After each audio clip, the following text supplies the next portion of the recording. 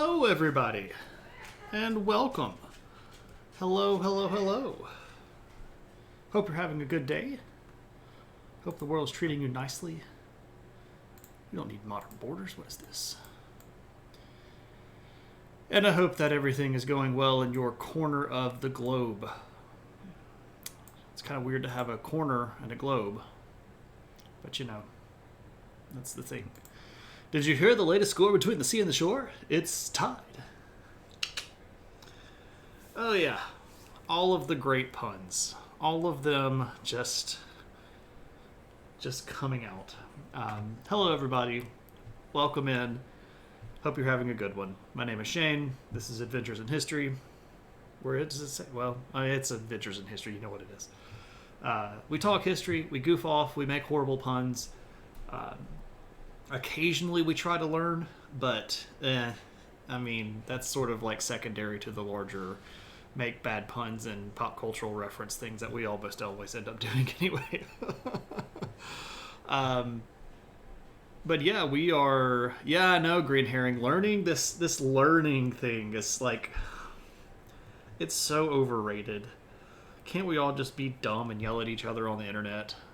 That seems to be much more fun. I mean, at least some people seem to think that's the way to handle stuff, right? It's just whoever yells the loudest and downvotes the other one the fastest.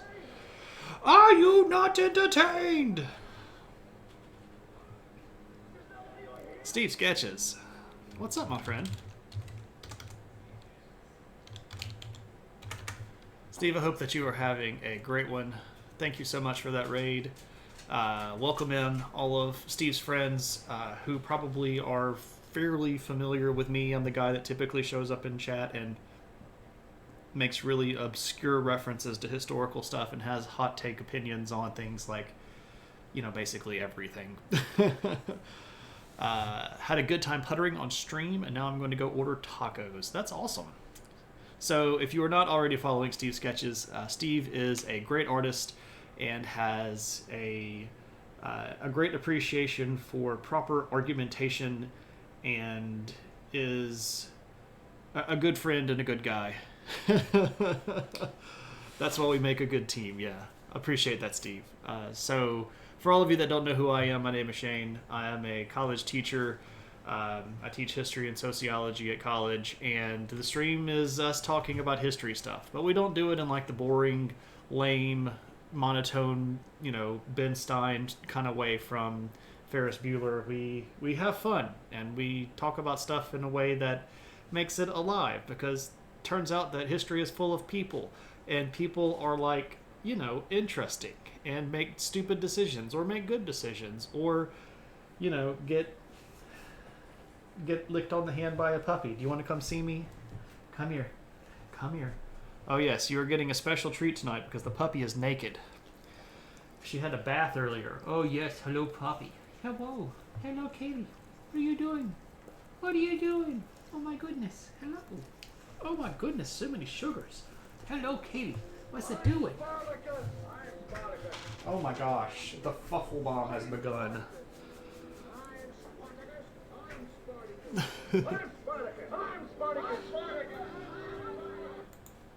Metran, thank you so much for that follow. Good to see you as well. The problem with giving the puppy a bath is that she immediately starts going on what we call the fluffle bomb, where she sheds like absolute crazy, which is witnessed by the fact that there is now a literal pile of fur just to the side of my chair here. I don't know why she's so needy at the moment. What? What's the problem? She keeps like nosing me and giving me little puppy elbow licks. Maybe she just needs some cuddles.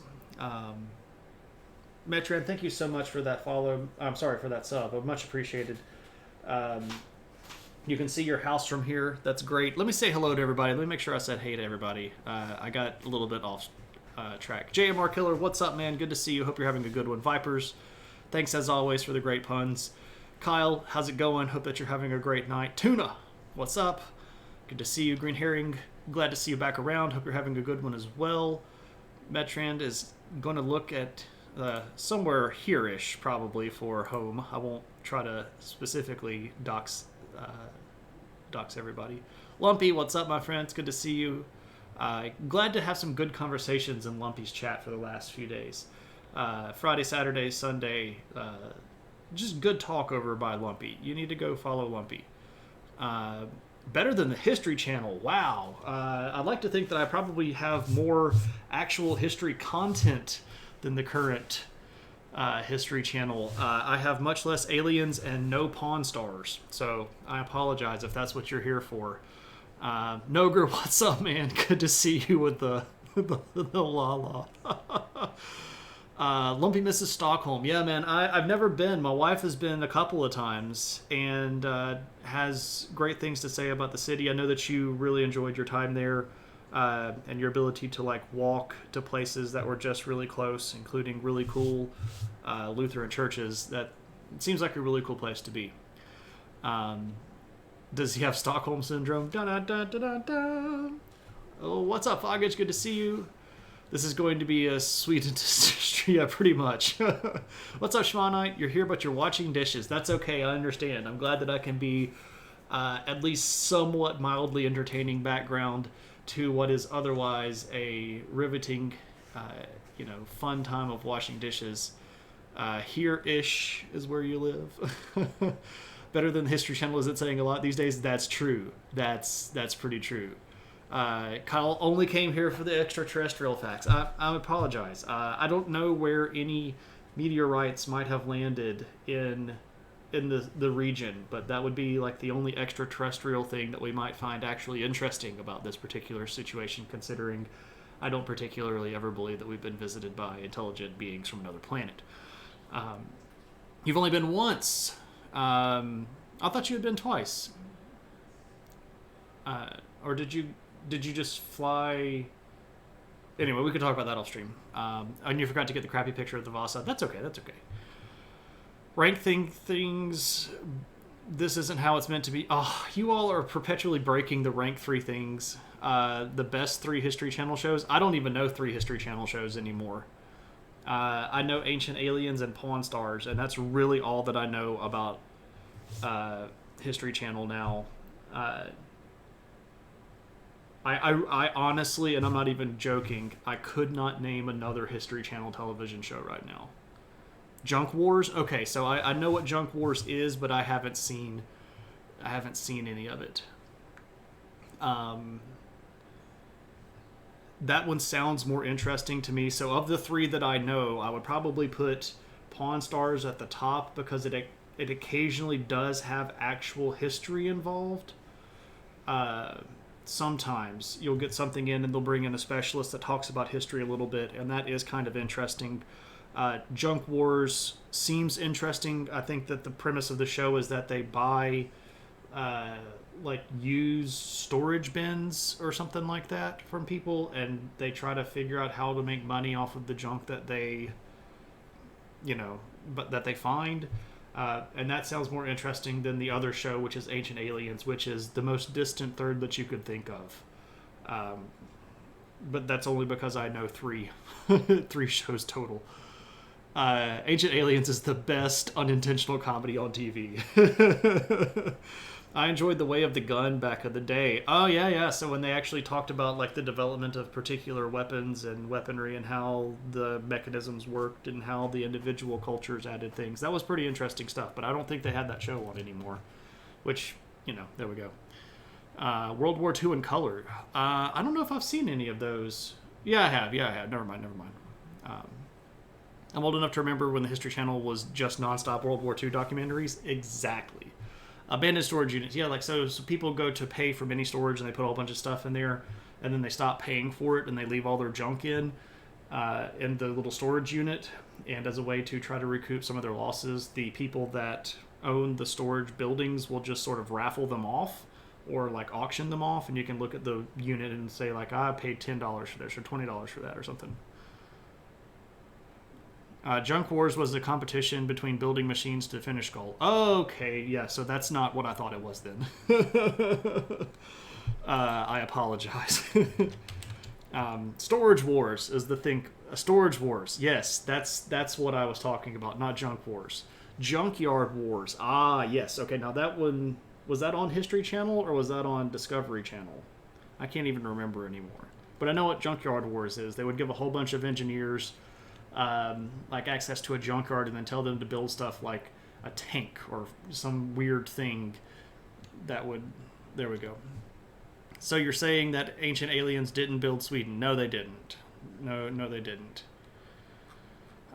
Historians always deny the existence of ancient aliens because they're all involved in the cover-up. Yeah, we had to go through an indoctrination class. As soon as I declared myself to be a history major, I got knocked on the back of the head with a blackjack and shoved into an unmarked van where they drove me to an undisclosed location and waterboarded me until I refused, or until I proved that I wasn't going to reveal the information, and only then did they allow me to collect my history degree. So, just as in case anybody knows, or anybody's looking to get a history degree, there you go. If you had seen things Shane has seen, you'd be covering it up as well. I haven't seen that much, man. I mean, the world is a really big place, so I haven't seen a lot of stuff. We got a lot of folks in the room, though. I'm going to do some shout-outs. Everybody go follow Noger0. Noger is a philosophy streamer who does something that I've never seen anybody else do on stream. He will actually take published philosophy papers, read them, and then explain them to you in a way that you can understand it. And I really appreciate it. It has, and I say this completely honestly, it has made me a better thinker, and it has made me more aware of word usage and things like that. You should go give Noger a follow. He's a great dude, and he's really freaking smart. We've got JMR Killer in the room, who is a... no one would be dumb enough to even attempt. Go give JMR Killer a follow. JMR Killer is the captain of the gaming fort, which is everybody's favorite place to go hang out and build models and play video games. And it's good stuff. I don't think I've ever seen an episode of Men Who Built America. Who else do we have in the room? I saw some other people come in. I gave Steve a shout out. That might be everybody. I might have a brain fart moment here and be forgetting people. Oh, Lumpy.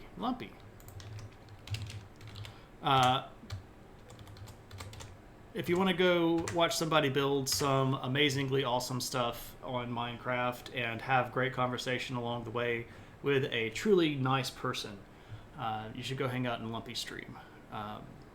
Noga streams just make me angry. They make me angry too.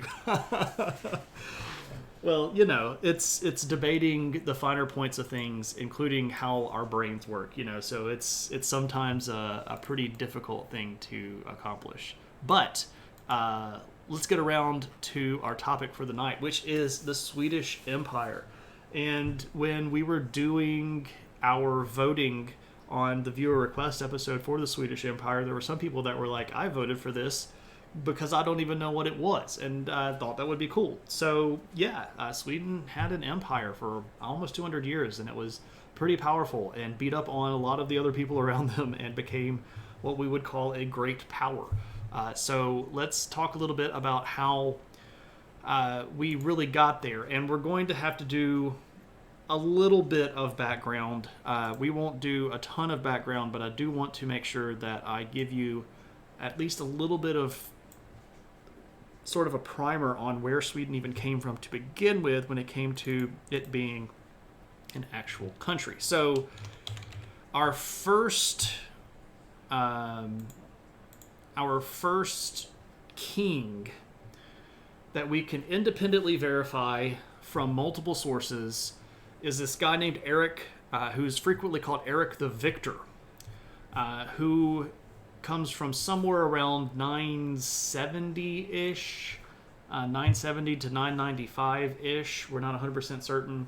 Now, of course, there are going to be people that claim to be kings in Sweden prior to this, but this is transitioning out of the period of time that we would maybe call the Viking era or the Viking expansion era, and moving towards a more settled down kingdom typed structure of power not necessarily a group of city-states that are built around raiding and conquering in different parts of Europe. So Eric the Victor, not to be confused with Eric the Red. This is correct. This is not the same guy.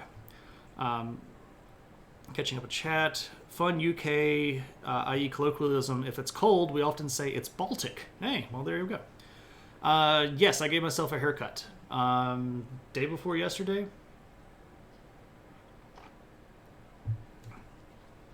Bogdan Offbirth. So thank you again for commenting, and welcome to the chat. Hope you're having a good one. Feel free to communicate and participate at whatever level that you would like. Alpha Sierra Delta Foxtrot. Why are we starting off with the first king? Who are the first people tribes there? To do that would take a lot longer than the usual 2 hours that I stream. We could go all the way back to like the ancient period of time, but specifically the viewer request was for the Swedish Empire, not the entire history of Sweden, which would take a really, really long time to cover, and probably 4 to 5 streams at least. Ironically, Eric the Victor is named so because he defeated someone called Victor. Well, there we go. What's up, Evolve Yourself? How's it going, man? If you all are not already following Evolve Yourself TV, you need to go do it. This is a really smart guy that sometimes plays chess, which is something that I do for fun, but I would like to do more, and it's interesting to see tactics and things like that. Also does guided meditation, and also does some philosophy stuff. And he hangs out a lot in Aristotle's channel, which is where you're just as likely to find me.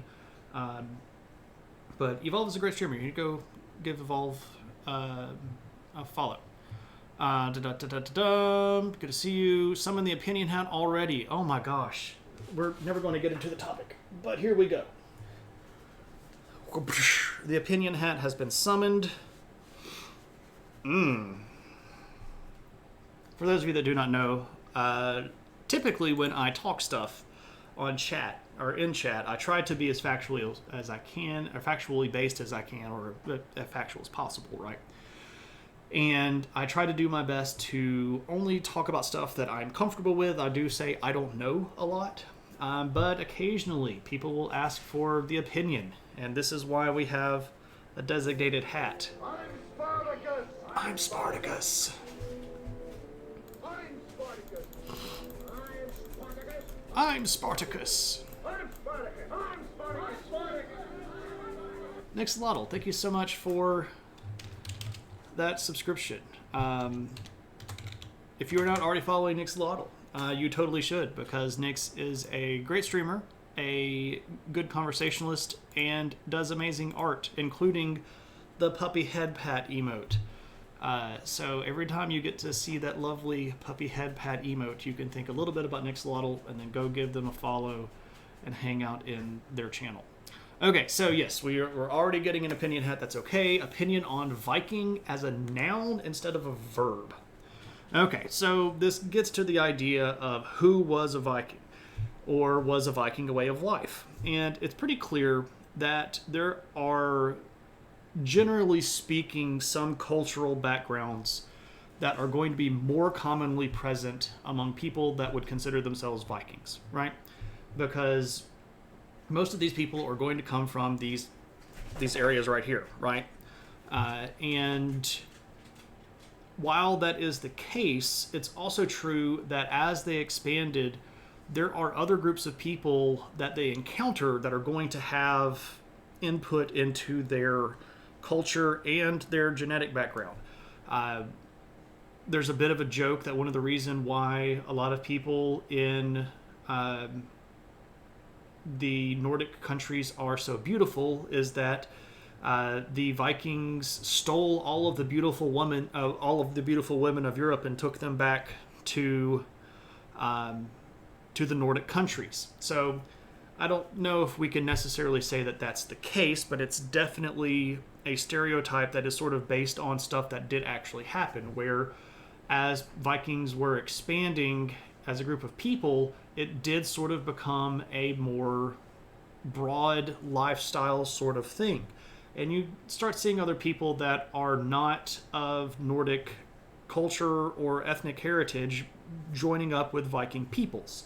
And this is going to be especially true the longer that we go on. For example, even just recently, there were some genetic ideas done, or not ideas, genetic researchers or researchers had gone to Iceland and looked at some genetic markers that they found among certain people in Iceland, and they linked those to genetic markers of people that lived in northern Canada, which showed a direct genetic link between, like the Viking Nordic people moving to first places like the Faroe Islands, then over to the UK, then over up to Iceland and Greenland, and then all the way over to Newfoundland, Canada. So, it became a broader thing than it started. And I think it's okay to use the word Viking as a more sort of cultural thing after a certain period of time. But even when we try to use Viking as a noun, like I am a Viking, that doesn't necessarily imply that the right thing, because even among these Nordic peoples, they weren't all the same, right? There were Danes and Geats and Swedes and Finns and all these different groups of people that were not necessarily identical in physical culture or even ethnic background.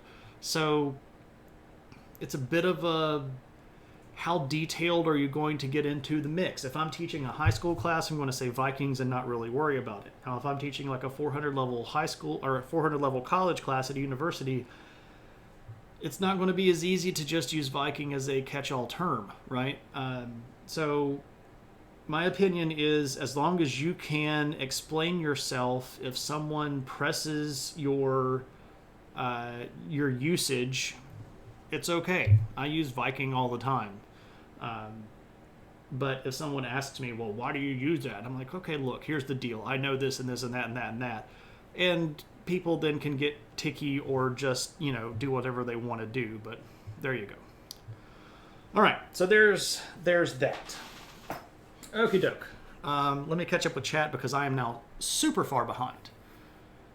You rule in Uppsala at the moment, so you're basically his descendant. Well, that's cool. There we go. What's up, Raveland? How's it go? Just eating dinner. Sounds great. Nogra is there. Sweden is a cool topic. Yeah. I dig it. Kvarngardet.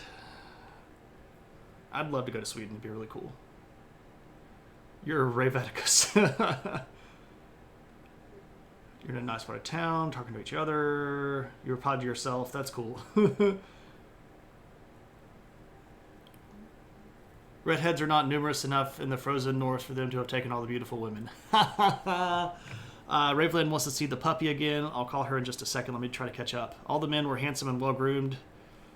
You tried to feed them seeds so you could pet them. The police said I should not do that. We actually do have, what's really interesting, we have ancient sources from the medieval period that talk about the fear that people, especially in places like France, had of the Vikings taking all of their women, because the Vikings showed up and had this really interesting habit of combing out their hair and their beards and bathing, and the people in France were like, oh, this is just going to steal all of the women.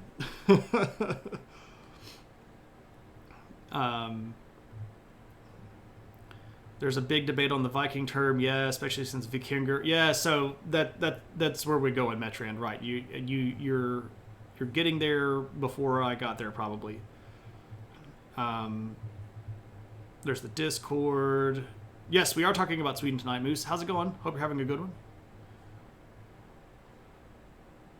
Kvarnjardet. And I would bet that the accent's on the first syllable. I haven't been to Sweden. My wife has several times, or a couple of times. All right, let me call the puppy real quick.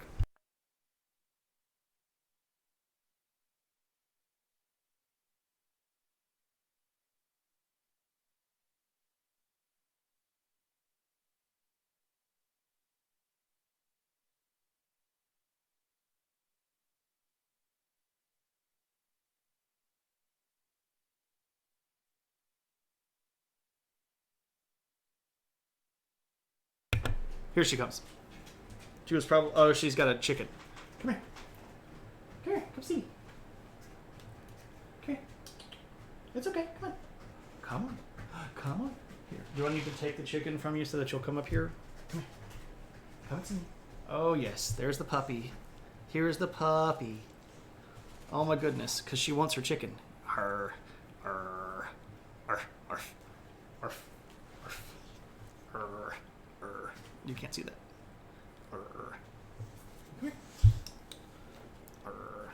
This is the chicken. It is her favorite toy ever.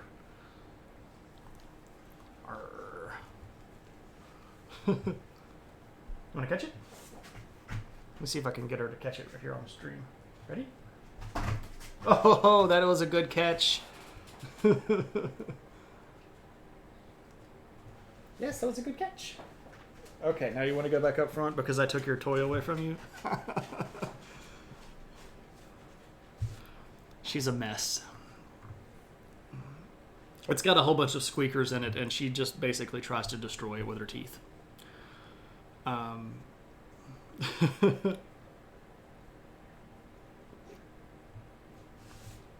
right. All caught up with chat. All questions answered. Now, back to the story. If you wanted to say the puppy wants her chicken and it's her favorite toy ever. Okay, yeah, so I'm not going to try that because it's pretty clearly just trying to say it in a Swedish accent, and I'm not going to try. All right, so Eric the Victor, we know who he is. He was the first guy that pretty much is going to set up a identifiable kingdom that's going to pass down stuff to his son. His son is actually going to get quite a bit of stuff going. His son's name is Olaf. And you're like, wait, wasn't that the snowman from Frozen? I guess. I've been told. I've never actually seen Frozen.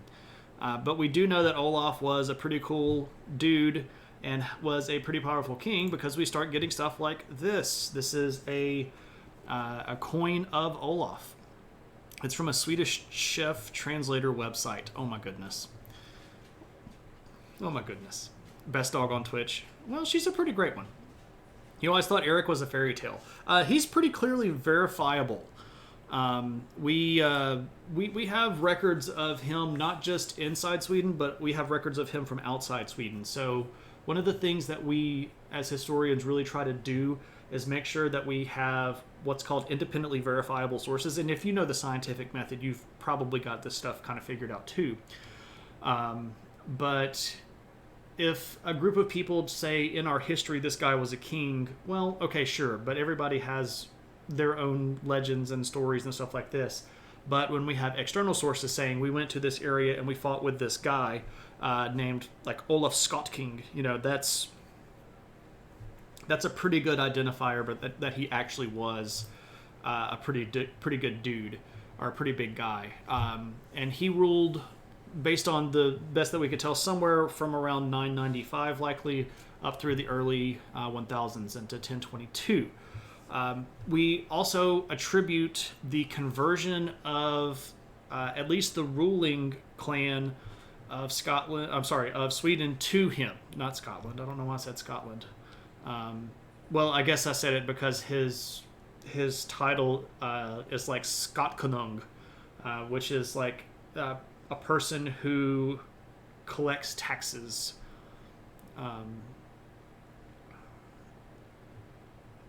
Wasn't Eric also in I don't know. Olaf is a snowman.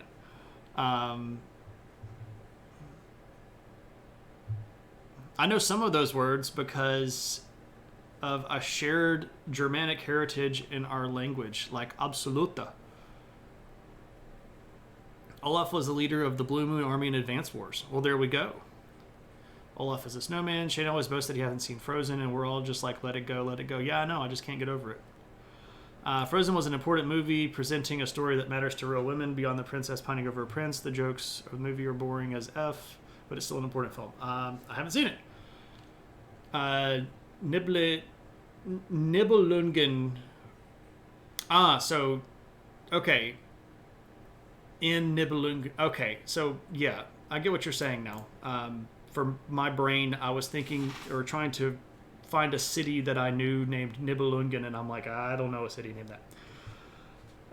But so Olaf converts to Christianity, and over the next like probably 60 to 70 years, the kings of Sweden are going to kind of bounce back and forth between Christian and pagan. The last people that are practicing what we would call the traditional Swedish religion of the area is this guy named Blotsveien, who is his reign ends in like 1087. So this is where the Swedish kingdom sort of comes from. But over the next what we would call couple centuries, the title of King of Sweden changes a lot, right? Sometimes this is being held by someone who rules all of Sweden or part of Sweden, or sometimes places like Sweden and parts of Norway, or Sweden and parts of Finland, or Sweden and Denmark are combined. And you have these different groups that are all sort of fighting for this particular title of King of Sweden. And towards the end of this, you even have people that are Rus, or people that would go on to be what we would call today Russians, getting involved in sort of trying to take this position of leadership. But what is going to be our status quo for a couple hundred years is this thing that happens in 1397 called the Kalmar Union. The Kalmar Union is a combination, sort of it's basically something like the modern United Kingdom, right? So the United Kingdom is Northern Ireland and Scotland and Wales and England, but they're all ruled by one monarch. This is a similar thing to the Kalmar Union. But it's most of Finland, Sweden, Denmark, and Norway that gets all sort of lumped together. And usually the people that are going to be in charge of this are the Danish, who of course tempt over all of the nobles of the region with their tasty breakfast foods, and then trick them into swearing fealty by only giving them the lamest of the ones instead of the really good ones, which had fruit. Who wants a cheese Danish? Nobody wants a cheese Danish. No reason to get upset over Nordic religions. Well, I was Thor. Yeah, that's the religion that... And a lot of those people are still going to be around. The actual traditional, what we might call Viking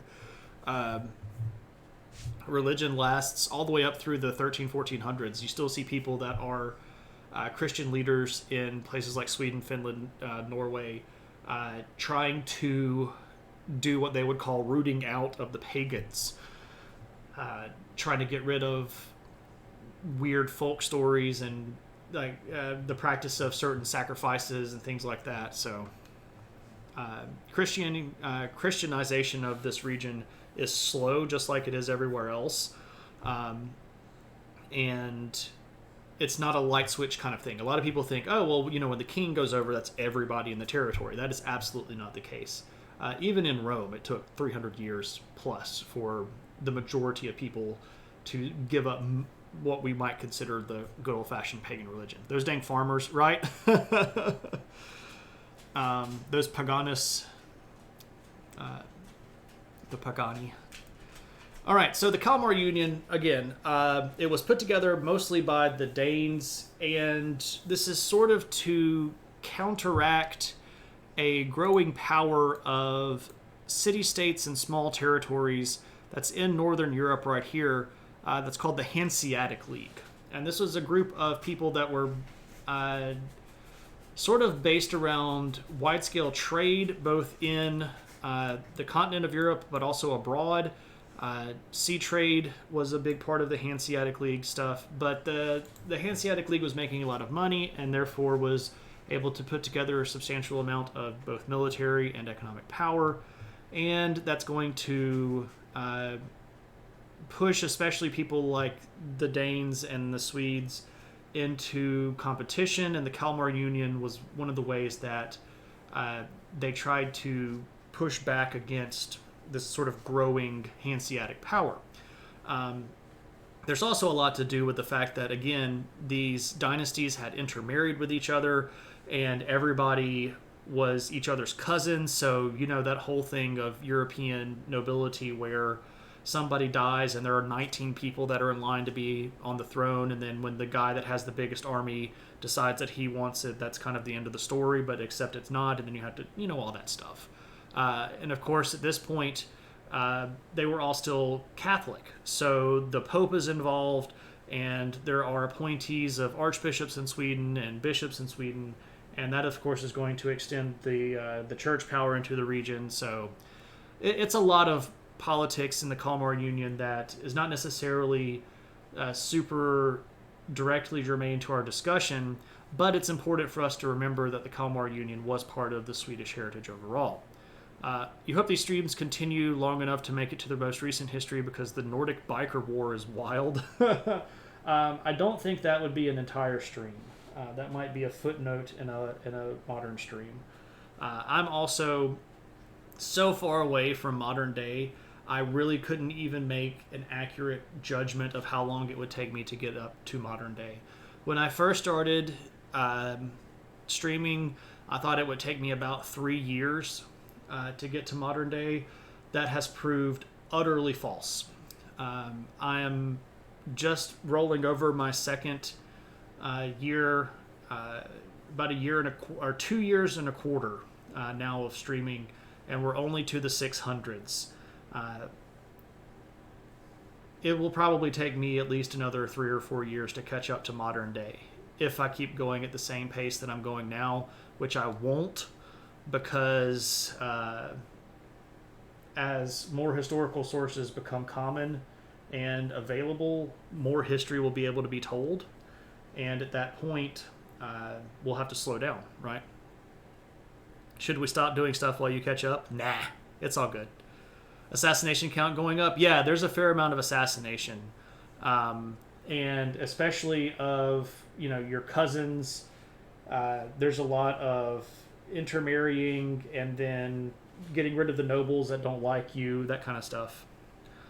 Fun fact about Birger Jarl: he was never an actual king, but rather acting regent for the actual king, who was also a son who was coming of age. There's a lot of history. There is a lot of history. That's a good way to say it. I am just perpetually being asked to care for the puppy, who I guess is having a hard time with something and is needing extra pets. So if you see my hand over here, that's because there's a puppy like right here that is needing some pets. Right? I don't know what's up with her today. Oh, now she's showing me the tummy. You okay, puppy? Oh. Nice a good girl. Yeah. Nice a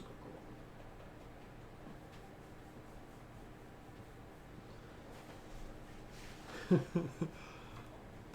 Endless loop of pats. Yeah. It's a root beer. This is an Abita root beer. My favorite of all root beers. I don't actually drink alcohol. So Abita does make beer, but their root beer is probably my favorite of all root beers. And Noger's like, forget the dog, show me the beer. Abita does make a really good root beer. I agree. Okay, so Kalmar Union, and it's important for us to know this because this is what's going to lead us to the creation of, once again, a Sweden that is independent and that has a chance at making it as a sort of a power to itself. 8 p.m. Oh, 8 p.m. What's up, man? Good to see you. For those of you that do not know, my friend 8 p.m. here is a great streamer. Super entertaining, always a good time, great taste in music, amazing art, good conversation. You got to go give 8 p.m. a follow. The dude's a blast. You'll have a great time in his stream. Also, good to see you, my friend. I hope you're having a great one. Top 3 root beers. Abita's got to be number 1. Oh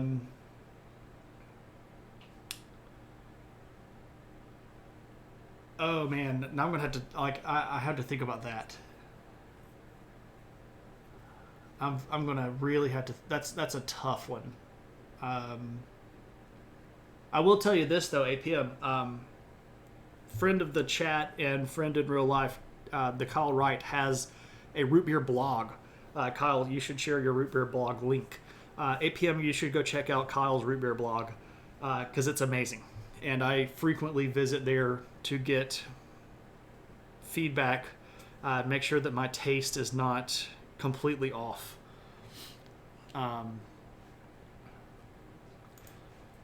So there's a local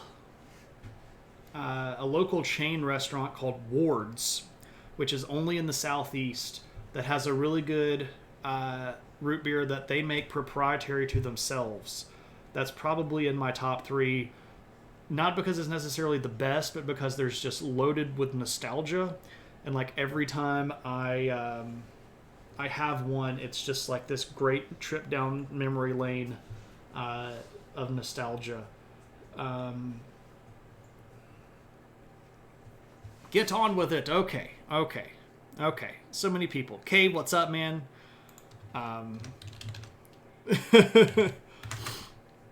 There's Cave. Go check out Cave. He's a good dude. Everybody's just showing up. DJ Jaina, what's up? Go follow my friend DJ Jaina and my friend Cave. These people are both great. DJ's frequently doing stuff for charity. One of the most generous streamers that I think I've ever run across. Cave, of course, good friend, does great art. And Metran's like, we haven't even got to the Empire yet. I know. We're getting there, and this is going to be a long stream, and I've already decided that we're probably going to end up going substantially over 2 hours, but it's not because I don't like that idea. All right, so Kalmar Union. What's going to happen? Well, the Swedish don't like being under the control of the Danes. They're tired of it. They're trying to start looking at getting out from under it, and there is a ruling family, or that is a noble family, I should call it a noble family at this point, that are called the Vasa family. And a lot of the nobles in the Vasa family are going to begin pushing back against the Danish rule of the Kalmar Union. And this is going to result in a pretty violent invasion of Sweden by Denmark.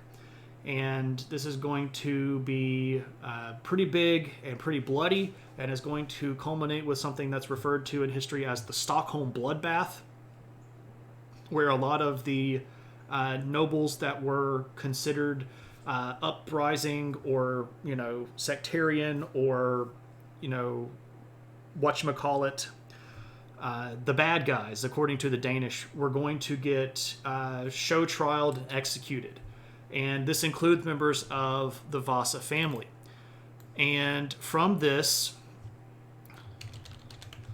we're going to get a guy named Gustav Vasa, whose father and uncle were killed in the Stockholm Bloodbath.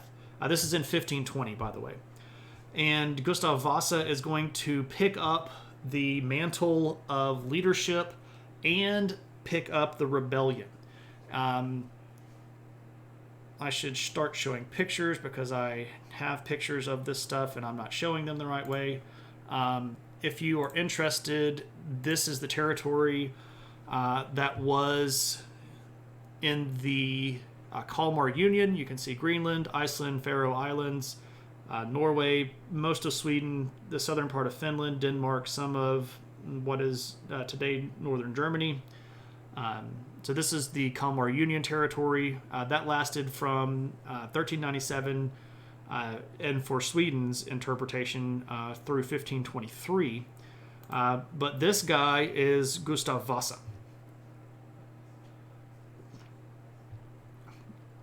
Gustav here. And we're getting to the point where nobility all had portraits painted of them, so we have at least fairly decent likenesses of these people.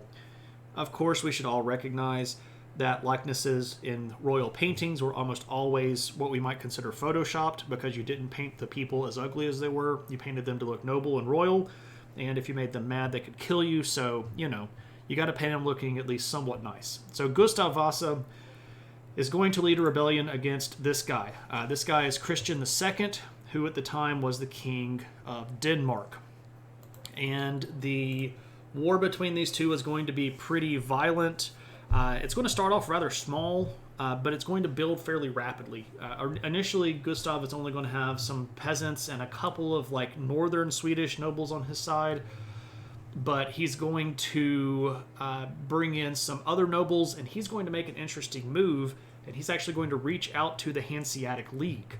These sort of, again, northern cities that were kind of the natural enemies of the Kalmar Union, and he makes an alliance with one of the cities in the Hanseatic League, and this is going to be a pretty big deal. And at this point, the nobles of Sweden recognize this guy's got his act together.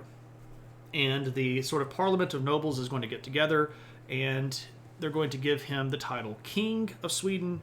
And in 1523, he's going to take Stockholm, and this is going to sort of cut off Swedish territory from the Danish control. Now, there are still Danish people in the larger region, and over the next couple of years, almost all of them are going to either surrender or be taken over by Gustav and his army. Gustav is important not just for establishing an independent Sweden, but also a Protestant Sweden. You think you heard some of their music on Eris's stream? Stockholm Bloodbath does sound sort of like a band that would be on Eris's stream. Even old photos were photoshopped, they would draw in the negatives. Exactly, right.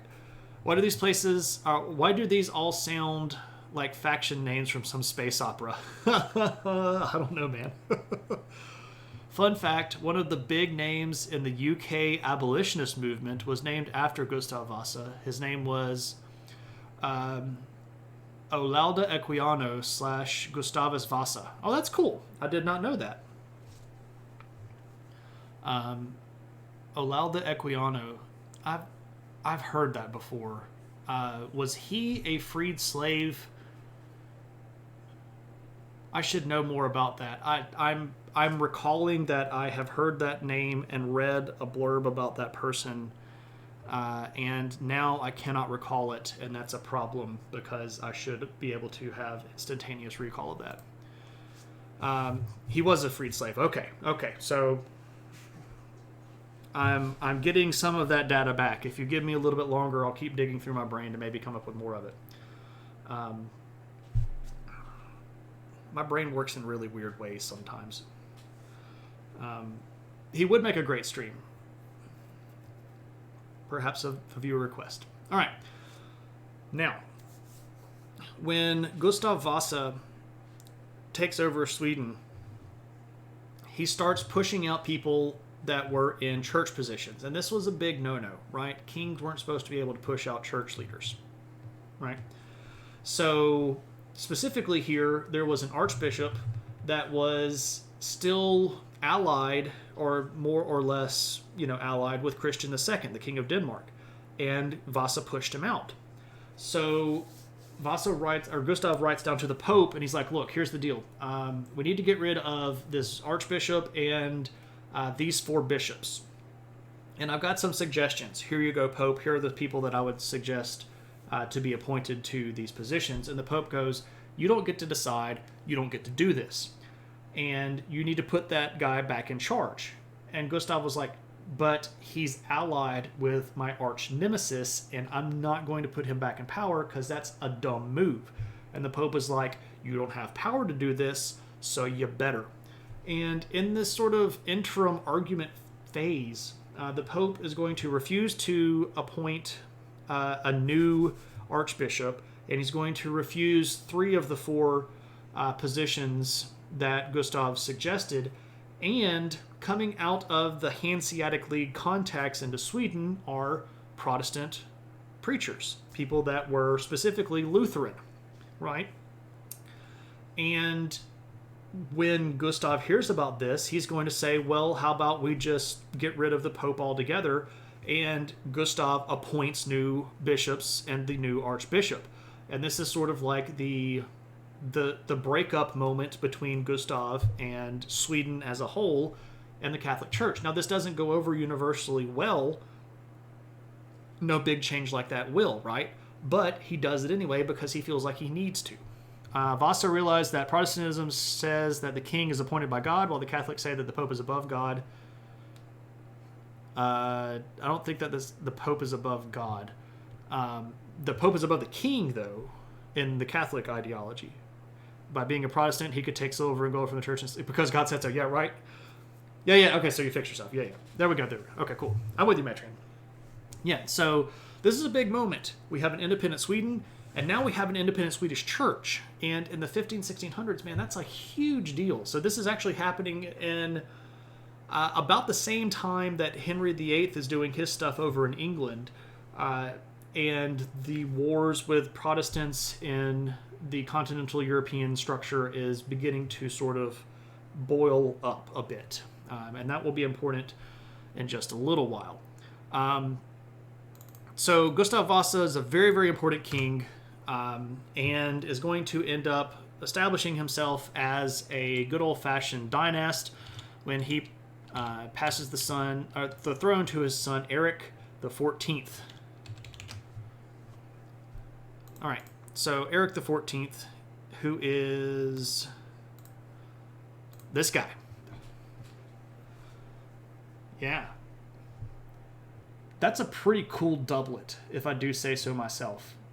Like, that's pretty fancy stuff. Sectarianism is weird. Glad you've never had to deal with it. Oh, vipers. So this is Eric the 14th. Now, fun thing about ruling designations in Sweden. They don't really know what number they're supposed to be. So Eric the 14th calls himself the 14th because he bases his ruling legacy on the Swedish sort of lore. There's a particular book that is roughly like the history of the kings of Sweden, and to him he counts 13 before him and then names himself the 14th. Was he actually the 14th Eric? I don't know. Maybe. But he thought that he was, and that's important. So one of the reasons they do this is to establish themselves as part of a larger historical narrative, right?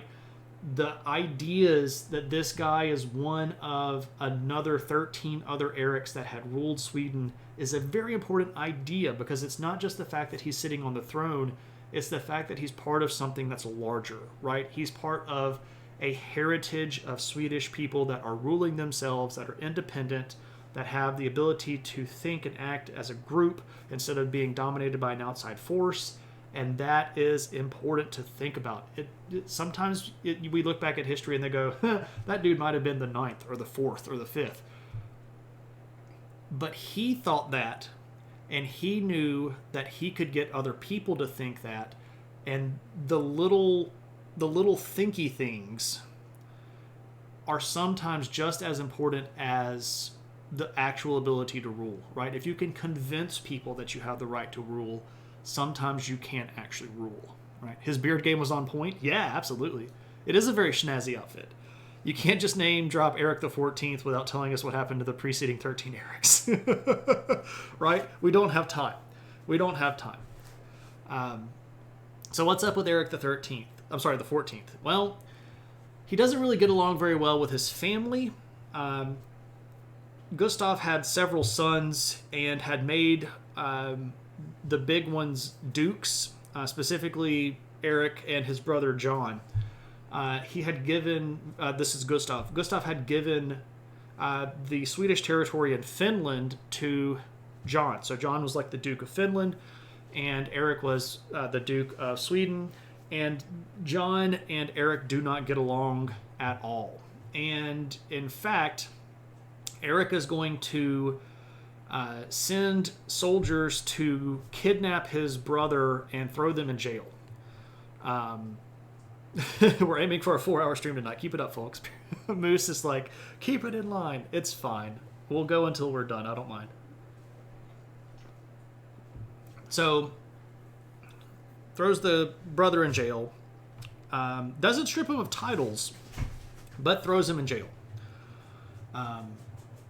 And is going to then sort of try to rule Finland directly, and this is going to sort of put him in an expansion-minded point of view, because there's a region right over here, and these are modern-day countries. Let me show you these so that I can refer to them and you know what I'm talking about. Estonia, Latvia, and this is Lithuania, right? So these are today referred to in a group as the Baltic Republics, Estonia, Latvia, Lithuania. Now, at the time, these all had different regional names, and we can get into all that minutiae if you want to. But right here south of Finland, this region right here, which is we'll call Estonia for sake of ease, the time would have been Livonia, but we don't have to worry about that.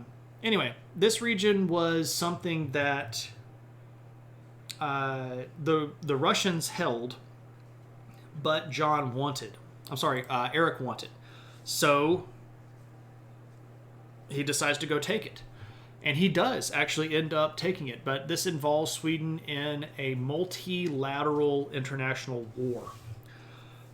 And that's going to be somewhat problematic because one of the people that he's fighting is his cousin, who is going to be, or who was at that time, again, the king of Denmark-Norway, so like the remaining parts of the Kalmar Union.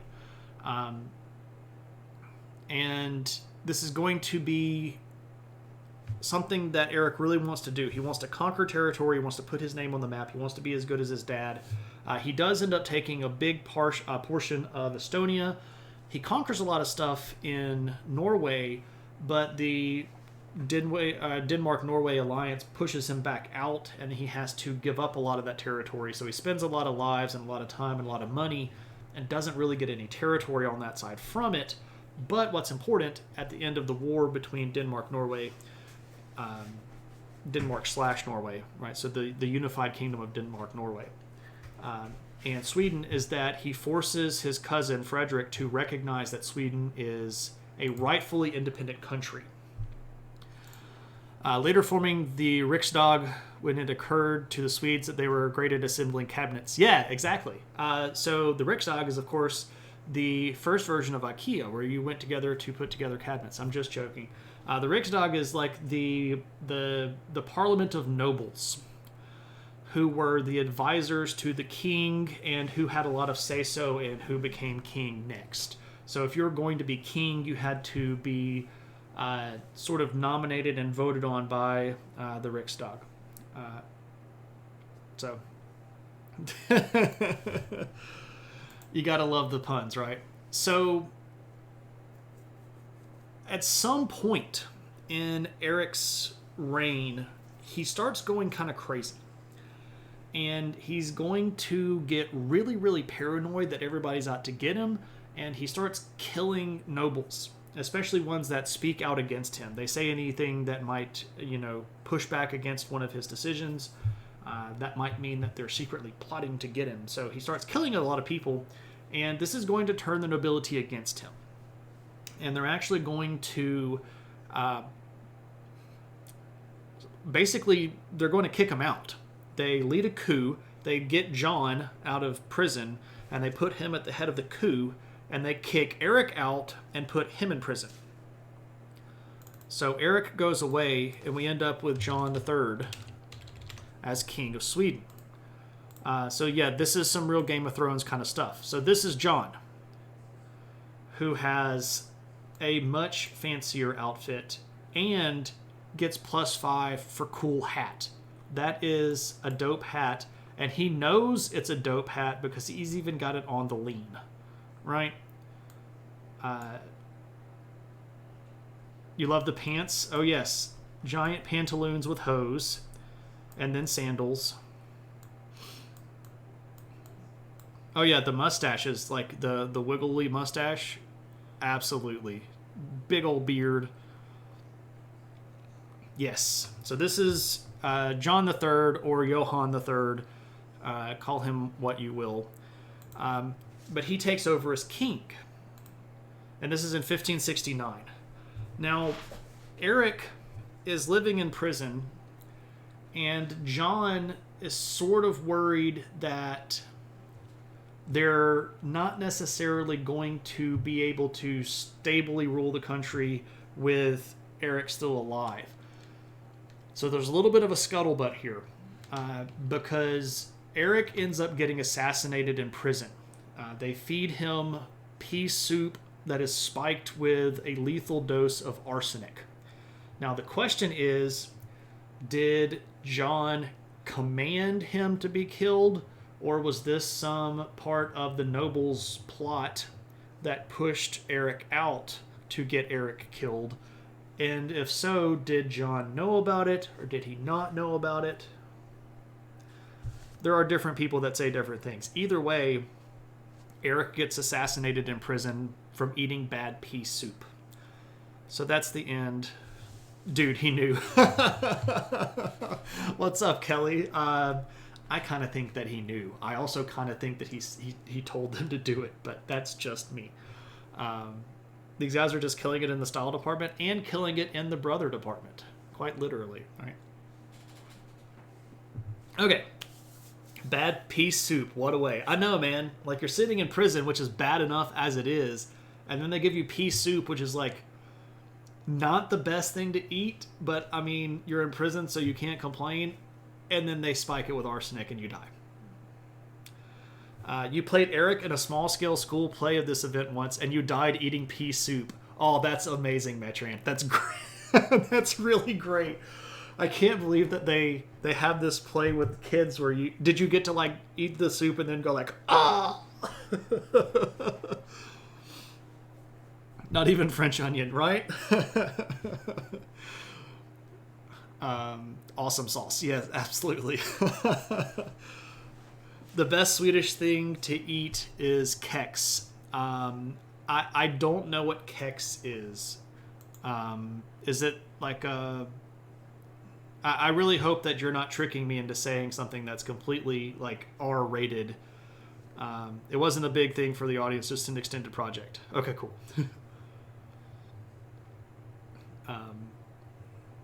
Kex is nice. Okay, well, it's a wafery chocolate bar. Ah, now this is talking my stuff here, because I do love foreign junk food. Absolutely. One of my favorite things to go to when I get to foreign countries is their markets and just get like all of the junk food. It looks like a Kit Kat. Oh, very cool. What's up, Tropical? Good to see you. Also, hey, Kelly. The meaning of kex is the dry stalk of various hollow stem plants, as the cow parsnip. Huh. Sounds good. I'd give it a shot. All right. So what does John do? Well, when he gets to be king, he's going to bring all of that land that he had with him in Finland and sort of mush it together with all the land that's in Sweden. And this is going to really expand the size of the kingdom. So this is good stuff, right? So he's also going to end the war against Russia over in Estonia. This happens in 1583. And he's going to basically get almost all of the territory that they were after.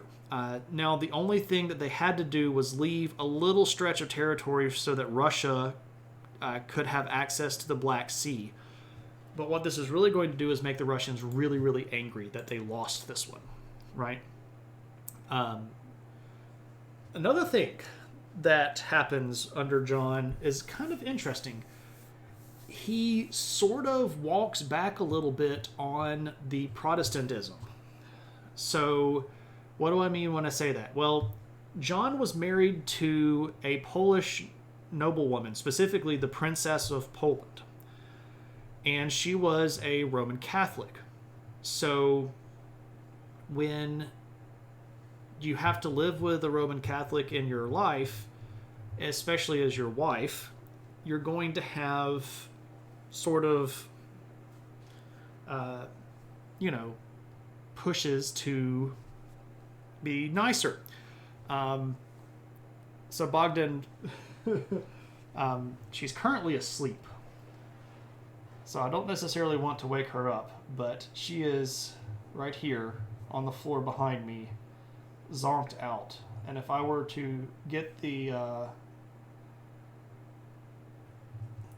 microphone a little bit closer, you could probably hear her snoring because she's had a long day.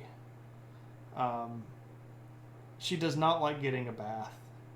It always sort of like sets her on edge. So I hope that this will suffice. I know normally I call her up and then give her pets and give her some loves, but since she is asleep and was having some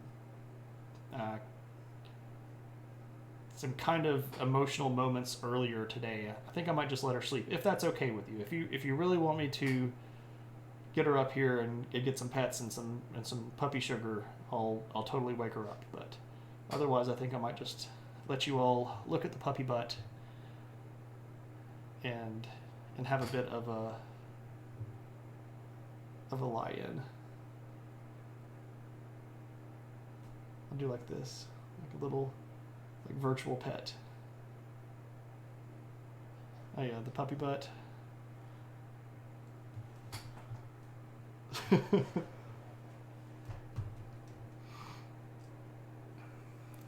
This is like having a cat sleep on you? Yeah. She has puppied very hard today. All right. You forgot to hey me. Hey, Tropical. I said, Wussy fan, you've never mixed it with Yulmust before. I don't know what Yulmust is. You know what you'll do for Christmas. I think we decided that arsenic is better delivered in a chocolatey wafer. Perhaps. What's Yulmust? You were away from the computer and thought I was talking about Brittany. Other people's pets are getting you through the pandemic. Yeah. Yulmust is cheap local version of Coca-Cola that vaguely tastes like Dr. Pepper and is only available around Christmas. It's bad for your health and people get easily addicted. So get on with it, is what Tropical is saying here. All right, John the Third, Catholic stuff, right? Okay, so he's married to a Polish Catholic princess. His son, by the way, is going to leave Sweden and become the king of Poland. This is during the period of time that Poland and Lithuania were combined. So the Kingdom of Poland and Lithuania. So his son is a Catholic monarch. His wife is a Catholic. And John's under a lot of pressure because the Pope now once again has a little bit of leverage over him. So he's actually going to walk a little bit of the stuff back. He's not going to reconvert to Catholicism, but he is going to sort of sneak in some Jesuits and put them in charge of some of the schools, especially some of the universities and libraries. He's going to allow Catholic monasteries and nunneries to once again start actively letting in people.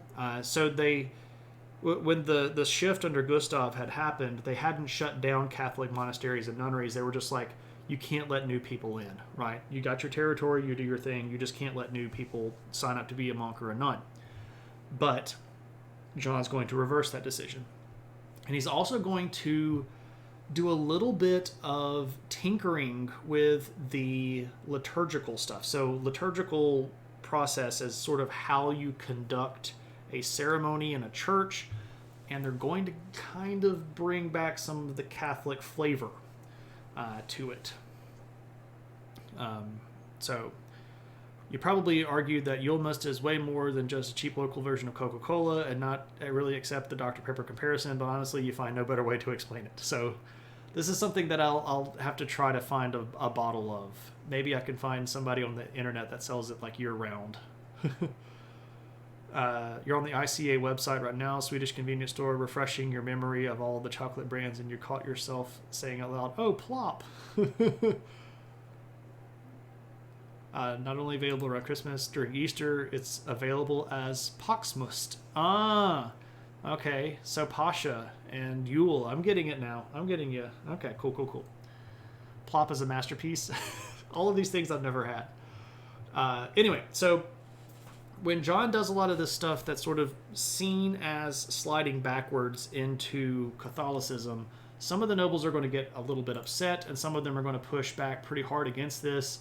And John is not going to go as far as actually converting, but when he dies in 1592, this is going to leave an interesting question on the table, and that is his son is next in line to be king, right? His son's name is Sigismund III, and he is this guy. Now, once again, he was already king of Poland and Lithuania, which was, as JMR pointed out, a pretty big kingdom. And when John dies, that makes him king of Sweden and Finland. That's a lot more stuff now. But here's the thing. Yeah, check out them robes. These guys are in high style. This is definitely some of the better dressed nobility that we've seen on the stream here. So Sigismund is going to try to force Sweden into a union with Poland and Lithuania. And specifically, he's going to do this by forcing them to once again convert to Catholicism. So he's got this big chunk of territory right here. He's going to try to add all of this and try to make a really big Eastern European kingdom that would sit sort of right around in here, which would be a big chunk of territory. The Polish controlled all the way stuff down here, almost to the border with the Ottoman Empire at that point. So it's a big territory.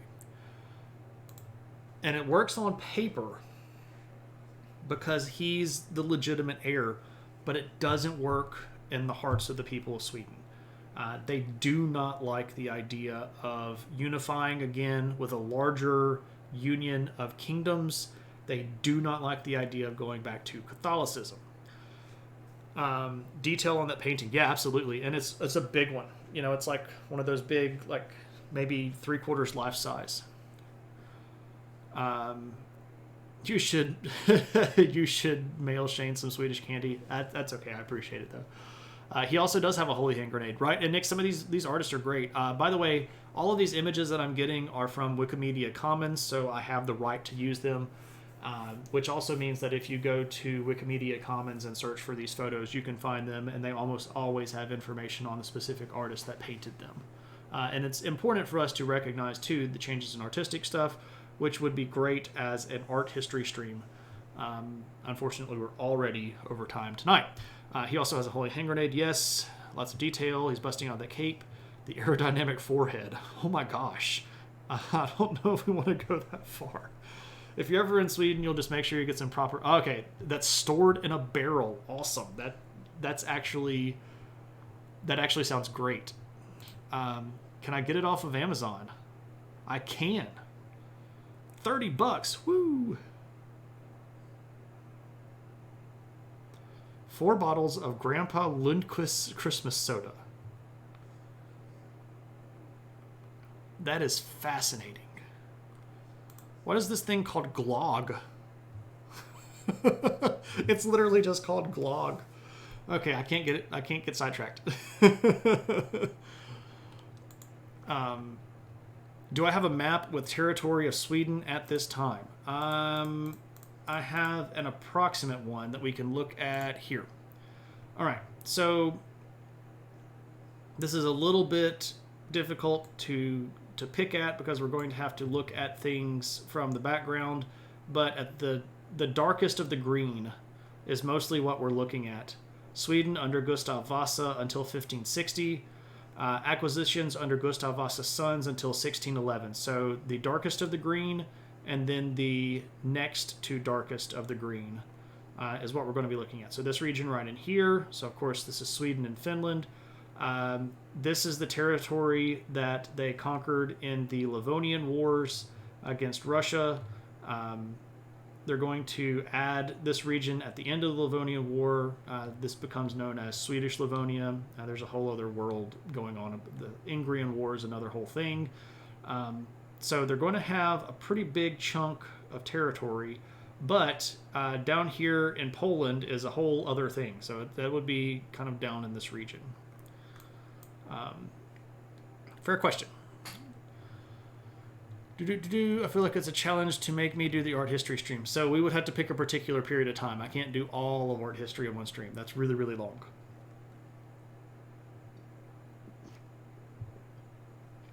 You just learned that IKEA stocks Marabou. You can't describe how happy you are.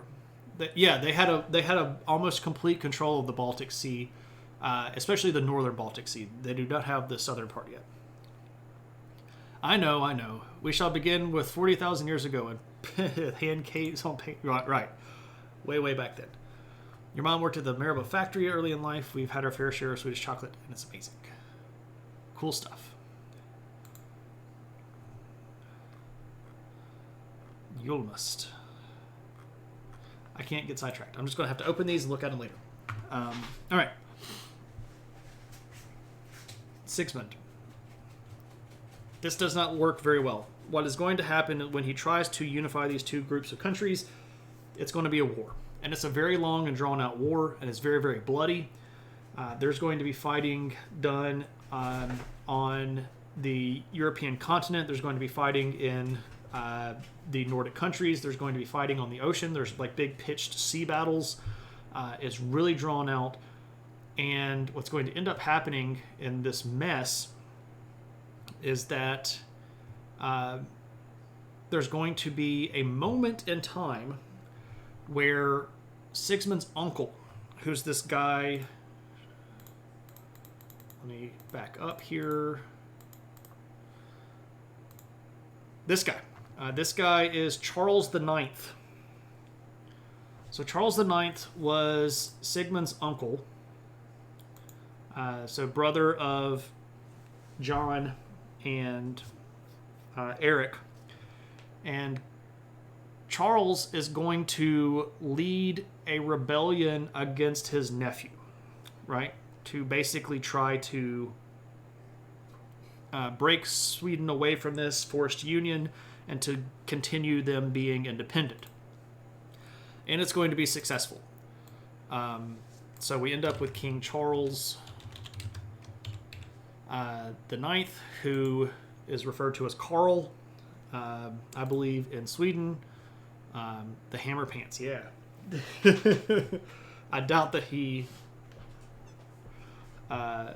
does any sort of cool dancing in the larger scheme of things.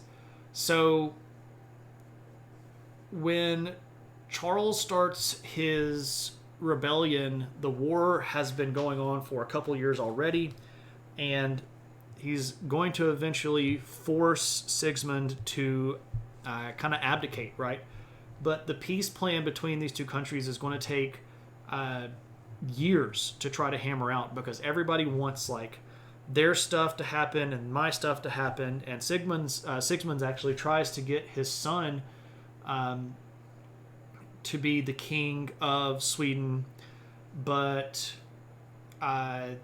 there's a whole bunch of hubbub and some political machination stuff, and Charles basically gives him a deadline to get the kid to Sweden, and then the kid doesn't show up by the deadline. Then Charles says that he's given up his right to claim to the throne, so then Charles leaves on the nobles and gets elected king.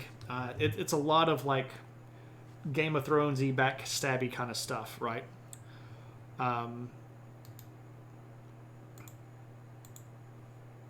I'll just open all of these and I'll have to look at them later. So when Charles takes over as king by himself, he's going to rule from 1604 to 1611. The issue is that he is constantly at war. Like, his entire reign is just fighting. So he's going to fight against Russia. He's going to have a second round of war against Poland, who's going to, Sigmund, his nephew, is going to try to take all of the Swedish holdings over here in the Baltic territory. So they're going to have to come over here and fight Poland over here. The Russians are also over there. And on the other side, he's going to have to fight against the King of Denmark-Norway over this region up here that was referred to as Lapland. This is something that had sort of kind of been under Swedish control, but he wants to assert the control of that, and spends a lot of time fighting against Norway and Denmark. But he doesn't really make a lot of ground. It's sort of grinding. He just fights and fights and fights and fights and fights, and he doesn't necessarily make up a whole ton of ground. But his son is a different story. Now, his son's name is Gustav II, but he's frequently referred to as a nickname that is Gustavus Adolphus. Gustav II Adolphus. And he is this guy. Now, this guy is going to be, and I'm not joking when I say this, one of the most important military leaders in European history. He is, or sorry, was, he's dead now.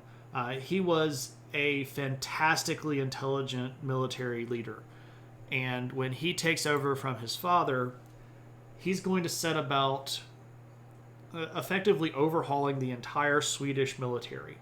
And one of the things that he's going to focus on is how different types of military units work in conjunction with each other. And especially, he's going to start looking at a lot of things about how you use guns and cannons.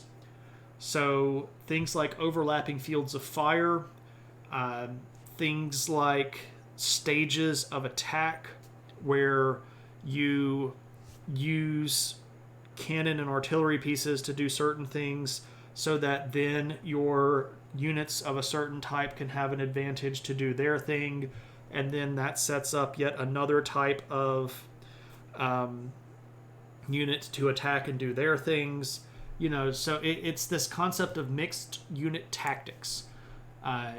The cannon and the musket had been involved in European warfare at this point for several hundred years, but he's really going to start looking at what exactly that meant for individual types of troops, right? You have your heavy cavalry, you have your armored cavalry, you have your light cavalry, you have your field guns, you have your anti-personnel guns.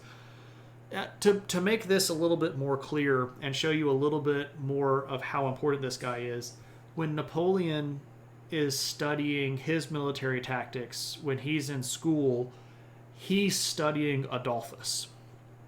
So a lot of the Napoleonic tactics that become literally the gold standard in warfare for the next 200 years were based on yet a previous gold standard of European warfare that was almost completely created by Gustavus Adolphus.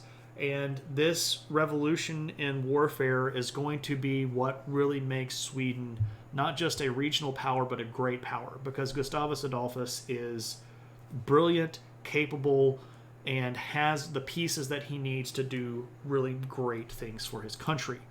For example, he's going to inherit all of these different wars. He's going to have a war with the Russians. So he goes over and takes on the Russians first, and he beats them like hands down. And he's going to take almost the entire Baltic coastline. Russia is utterly cut off from Baltic Sea ports at that point. Then he's going to turn around and look at Denmark, Norway, that his dad had so much trouble with. And he's going to beat the junk out of them. And he's going to basically force them into signing a treaty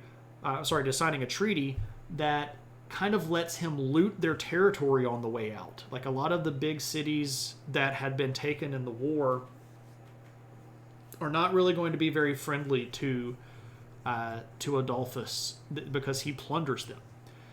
He's going to go down and beat up the Polish. He defeats the Polish-Lithuanian alliance and takes even more of the Baltic territory.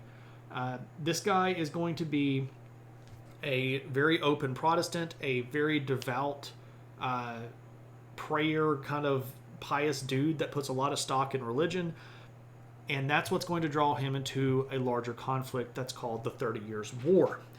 Now, the 30 Years' War itself is an entire stream's worth of material. But very basically, what I can tell you is that inside the Holy Roman Empire, which was one of the largest countries on earth at the time, it roughly controlled sort of this region right here. There's a region called Bavaria that was Protestant, and the Holy Roman Emperors were Roman Catholics, and they did not get along with the Bavarians very well, so the nobles of Bavaria revolted, and this is going to start the 30 Years' War. In the second wave, Bavaria sort of sends out the call, and they say, all right, we're against an outnumbered, we are outnumbered, we're against this big Catholic force. We need the help of all Protestants that will hear the call and come to our aid. And Gustavus Adolphus sees not just an opportunity to help Protestants, but he also sees an opportunity to expand Swedish power. And oh boy, does he. His war horse is taxidermied and kept in the Royal Armory in Stockholm. That's amazing. Like, is it on public display? If I go to if I go to Stockholm, can I go see it? Or is it like tucked away in some warehouse somewhere?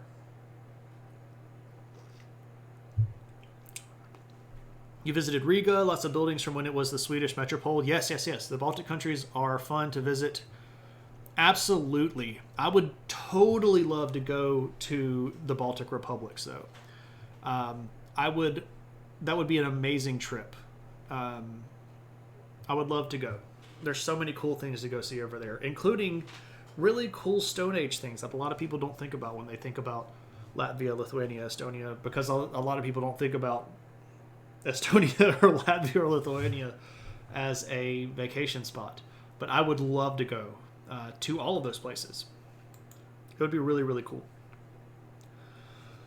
So, Gustavus Adolphus is going to invade the Holy Roman Empire to support the Protestant Germans. And in doing so, he's going to basically shock the world because he is incredibly effective. Again, this guy had he had retrofitted the entire Swedish military machine.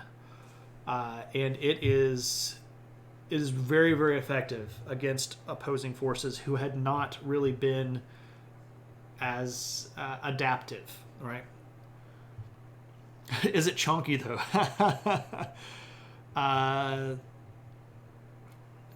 Oh my gosh, I'm going to have to try to say this because Livsrust kammaren. Livsrustkammaren. I bet that's how I bet it's accent on the second syllable. There's a museum part of Stockholm Palace. You can visit it. That's cool. One of your best friends is growing up with a second-gen Estonian. Oh, that's really cool. See, man, there's so many cool places in the world. I just need unlimited funds and unlimited time, right? It's called Stryf, and it is a bit chunky. Wow, that's a stuffed horse. That's a stuffed horse, right? You're hungry now. Horse meat. I've never had it, but I've heard it's pretty good. I wouldn't mind trying. Okay. So, the 30 Years' War is going pretty well until a big battle. There's a big battle at a place called Lutzen. And in this battle, the Protestant forces are actually going to win the battle.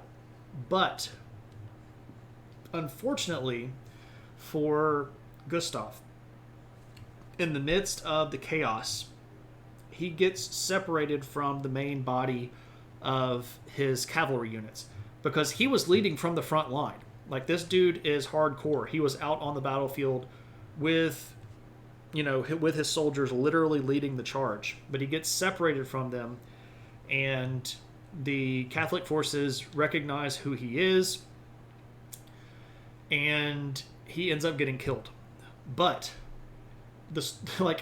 how much it takes to actually kill the guy is kind of crazy. So he gets shot, and then his horse gets shot, and his horse falls on him, And then he gets shot again, and he gets stabbed.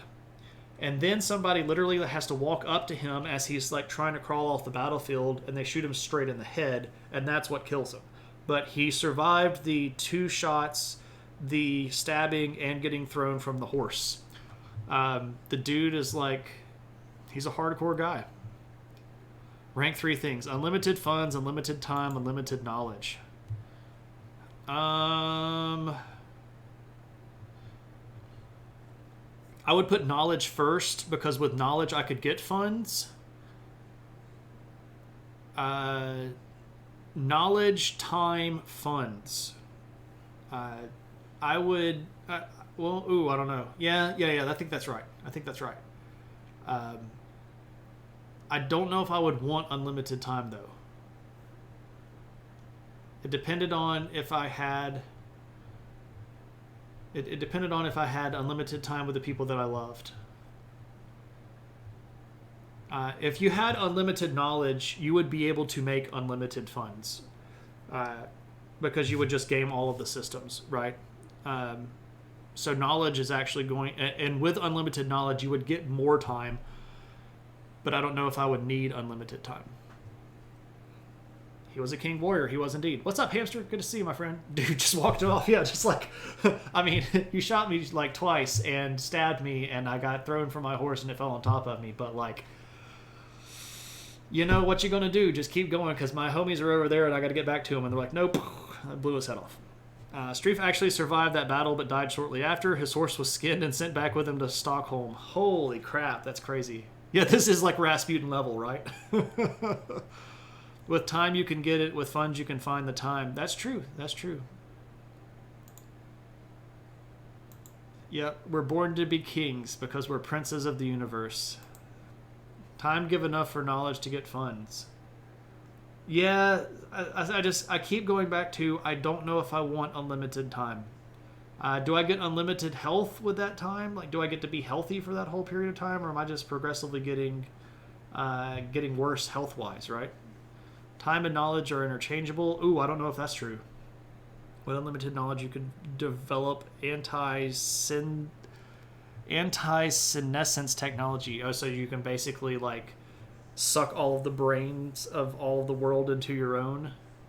Yeah, I guess that makes sense. I'll be like a Twilight vampire. I do not want to be sparkly. If I have to be sparkly, I quit. Get on with it. Okay, we're getting on with it. So, Gustav dies. And it's a sad day for the people of Sweden. And then we get his daughter. His daughter is Christina. Here she is. Christina is actually going to rule as a queen, which is something that had not happened so far in that particular period of time. She does look sad, and there's a reason for that, and I'll talk to that in just a second.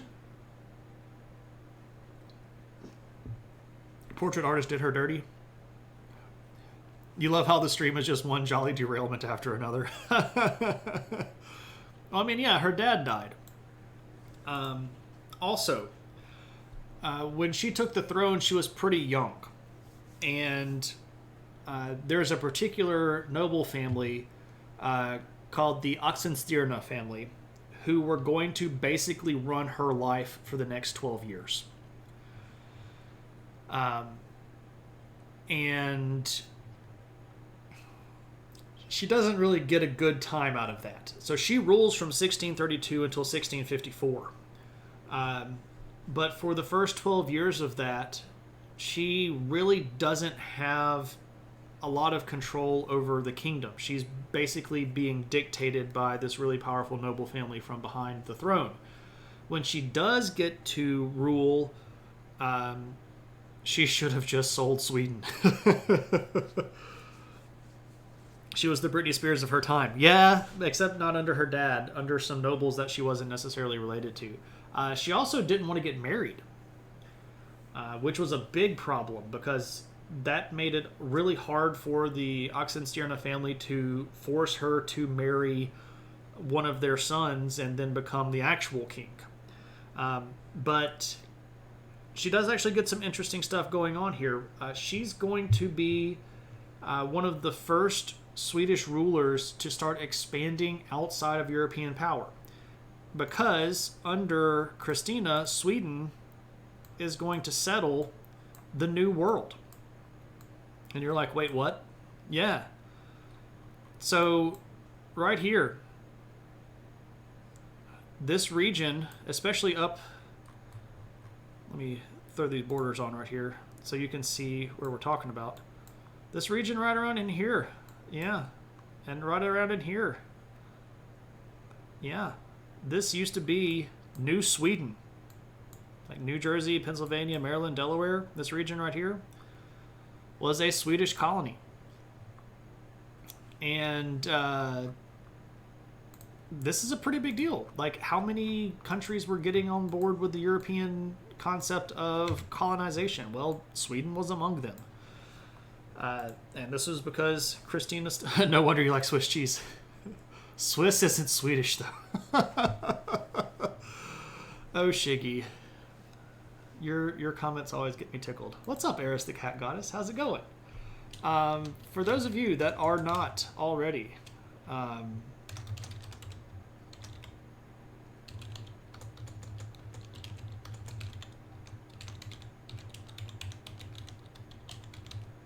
think this is correct. Yeah. You need to go follow Talk to the Twizzard and Eris. So Twizzard is one person on the stream. Eris the Cat Goddess here is another person on the stream. And they have a delightful call-in show. They've recently been doing this really, really innovative thing that I never quite have seen anybody else do before, where they get people to call in and they sort of play like an interactive... It's not quite D&D, but it's kind of like D&D on stream, and it's great. They've got like animations and all kinds of cool stuff. Go give them a follow because it's really fun. You thought New York was owned by the Dutch?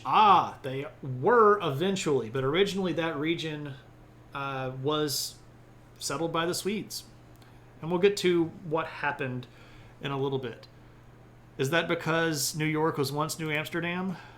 Yeah, they just liked it that way. Exactly. They should make a song about that. And maybe bring in other places of import that used to be called one thing, like maybe Istanbul and Constantinople, perhaps. I don't know. That's just a thought. It's just a thought. Anyway, so Christina was a fairly effective ruler when they actually let her rule. She did good things for Sweden. The country was peaceful. They were expanding. They had power. They had money. But Christina never felt settled. And part of this was because she was secretly a Catholic. And she did not want to be in a position that forced her to be a Protestant. So when someone commented she looks kind of sad in her painting, if I had to guess a reason why, it would be for a majority of her ruling period of time, she was controlled by people that were telling her everything to do, and she couldn't really be in a religion that she wanted to be. So in 1654, she's actually going to openly convert to Catholicism, and she is going to abdicate the throne, and she actually moves to Italy. So secretly a Catholic clutches Northern Irish pearls, right? The northern part of New York has people who want to break off and be New Amsterdam. I did not know that, Nix. That's really interesting, though. Okay, so what are we to do with the Vasa line? Christina did not get married, therefore she did not have kids. She didn't want to be a pro when you finished the word. Like, I don't want to be a professional ruler. I'm just kind of done with this. Can I go back to being, like a princess where I just sit on the couch and, make money? You don't know, but among them are your cousins. Oh, I'm going to have to look this up. This is an interesting concept. I love these weird little splinter groups. For example, there's a part of far eastern Oregon that wants to leave Oregon and join Idaho, which is really interesting to me. Really interesting. So what happens when Christina abdicates? Well, they have to go find somebody in the royal family. And they end up finding a cousin who's ironically, perhaps, named Charles.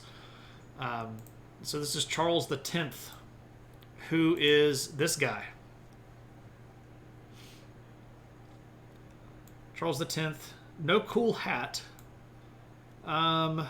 Compared to his predecessors, pretty weak on the mustache game. I'm gonna have to dock him points for weak on the mustache game. He's got the cool armor though. He's got some pretty cool armor. He's got the movie villain mustache, right? He kind of does. You want Texas to be Mexico for the lulz? Well, I mean, they used to be.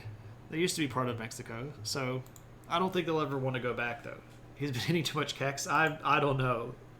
Yeah. So like the little tiny soul patch and the little thin mustache, right? So he was a cousin. He was Christina's cousin. He gets put on the throne by the nobility, but if you get put on the throne by the nobility, does that really give you a lot of power? Because doesn't that mean that they could kind of take you off the throne? He sort of has to walk a bit of a thin line. But he's going to get himself involved in a war.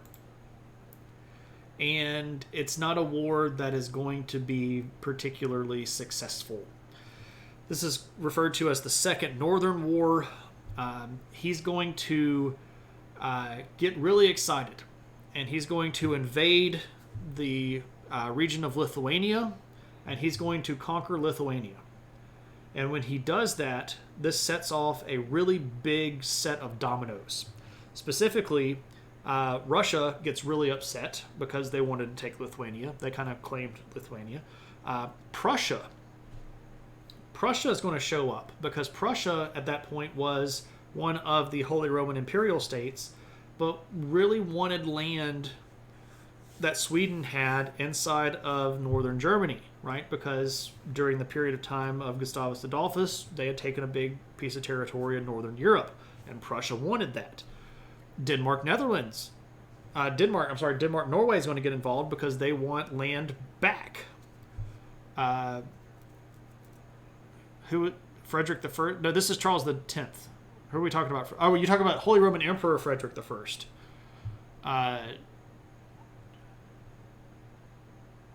Yes, this would be during Frederick's period of time. Yeah, because his dad would have been dead by this point.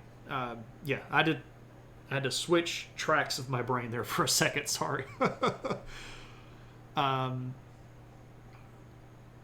also, not to get too tinfoil hatty, but it's always interesting to think if the abdication was 100% her decision. Bertrand, that's a fair thing to point out. And actually, if I were to share with you the notes that I make, because I make like an outline for myself to follow so that I say all the things that are important to say. I have this titled Nobles Rising. Because the nobles might have wanted her gone because she wouldn't get married and they wanted to run the show. Who was he in a war with? So Charles was in a war with everybody. He had invaded Poland. He had taken from the Polish Lithuania. He had started a war with Denmark, Norway. Denmark and Norway were united at that point. Prussia had gotten involved in the war initially as an ally of Charles, but then they're going to sort of flip-flop and demand from him territory. And then the Netherlands is actually going to get involved because they have lots of ships especially, and they're going to be used to ferry around all of these different armies to basically defeat Sweden. Now, this is where Sweden starts kind of a downturn. They're going to have to give up Lithuania back to Poland because they lose the Second Northern War. Prussia is going to take from them a big portion of land as payment because Charles also blows the bank.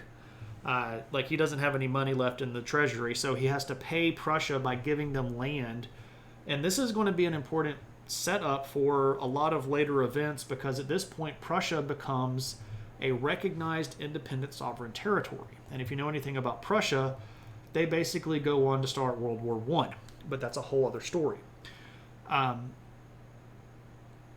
He's going to have to give up land to the Dutch, and this is where they get the New World territories because the Netherlands had been expanding quite a bit, and in order to pay back the Dutch, they're going to have to give up the New World territories. So they lose New Sweden. And that is partially taken and partially as a payment, but it's more like a blackmail kind of thing. You were on the wrong end of the war, you lost, that's it. So at 37, Charles X is going to actually die. He gets pretty sick. It does look like this was actually natural causes. It does not look like he was poisoned or killed or anything like that. It sounds like Sweden, yeah, they landed on the Boardwalk Hotel and then they had to pay a whole bunch of money. But he's going to die. And when he dies, his son is going to take over.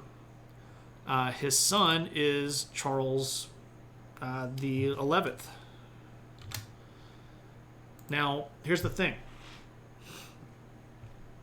I like the implication that Sweden blackmailed the Dutch into taking New York. No. It was the other way around.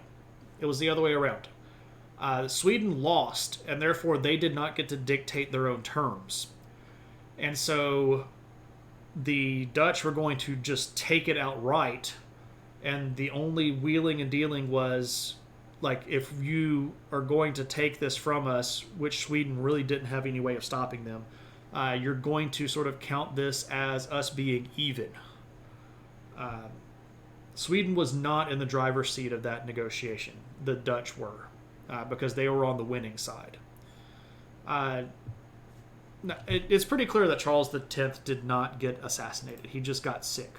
He was actually getting kind of better, and then caught pneumonia and sort of fell off the backside. All right, so Charles XI. Here's the thing. He takes over basically as a kid, and he's going to rule for 37 years, because he takes over in 660 and he rules until 697.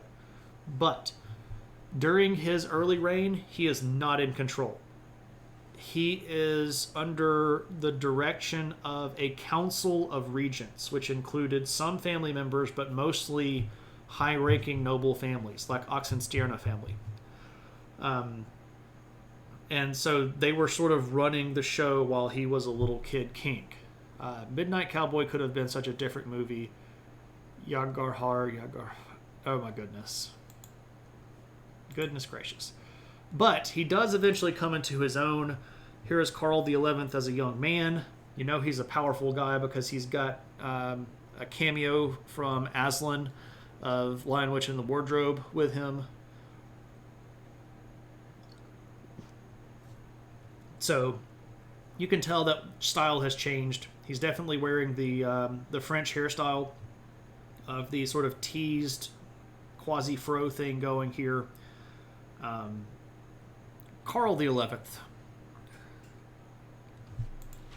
right, what's up with this guy? Well, he's going to be pretty successful.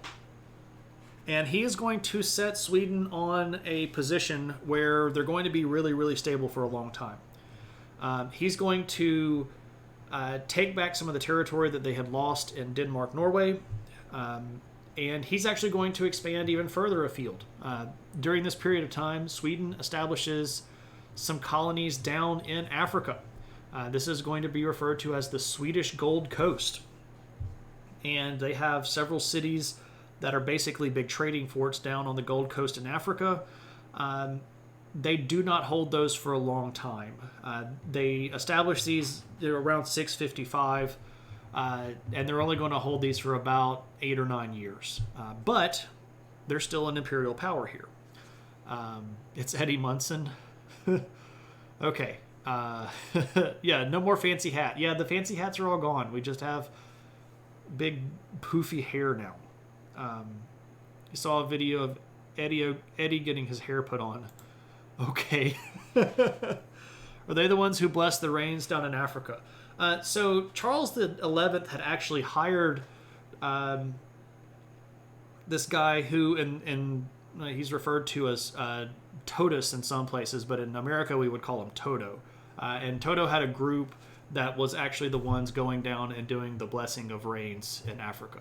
And they actually got into a bit of trouble there because they were doing the blessings in Protestant language, which was, of course, problematic for the larger amounts of the European people who were still very much Catholic. They did not prefer the Protestant blessings. They liked the Catholic blessings of the rain.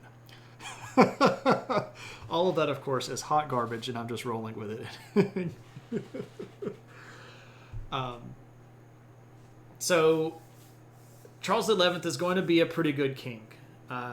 He manages to weather the storm of long-term regency. They do keep him under regency for a really, really long time.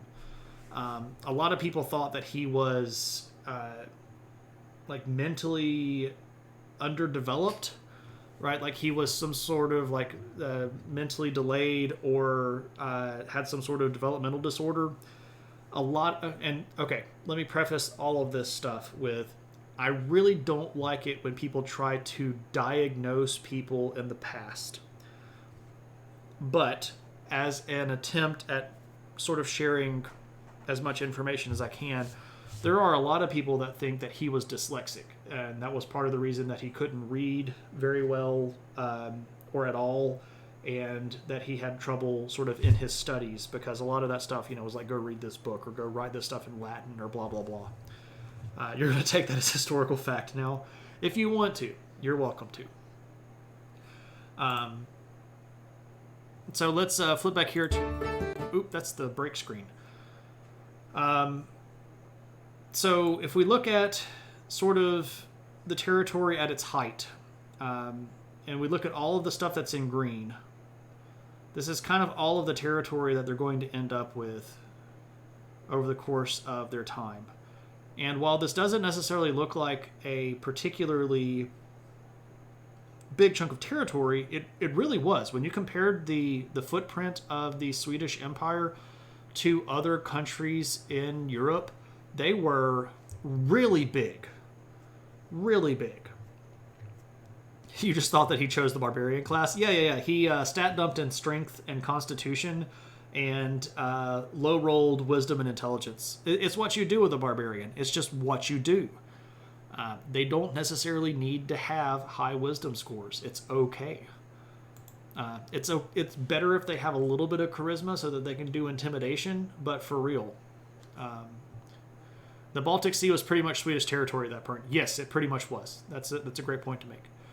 Were they bigger than Russia? When Russia first started as their little country that was sort of based around the city of Novgorod, they had about as much territory as Sweden did. But by this point in history, Russia was a lot bigger. Now, what's important to point out here is that Russia being bigger in land, like just in footprint, was not the same as Russia being comparable in power.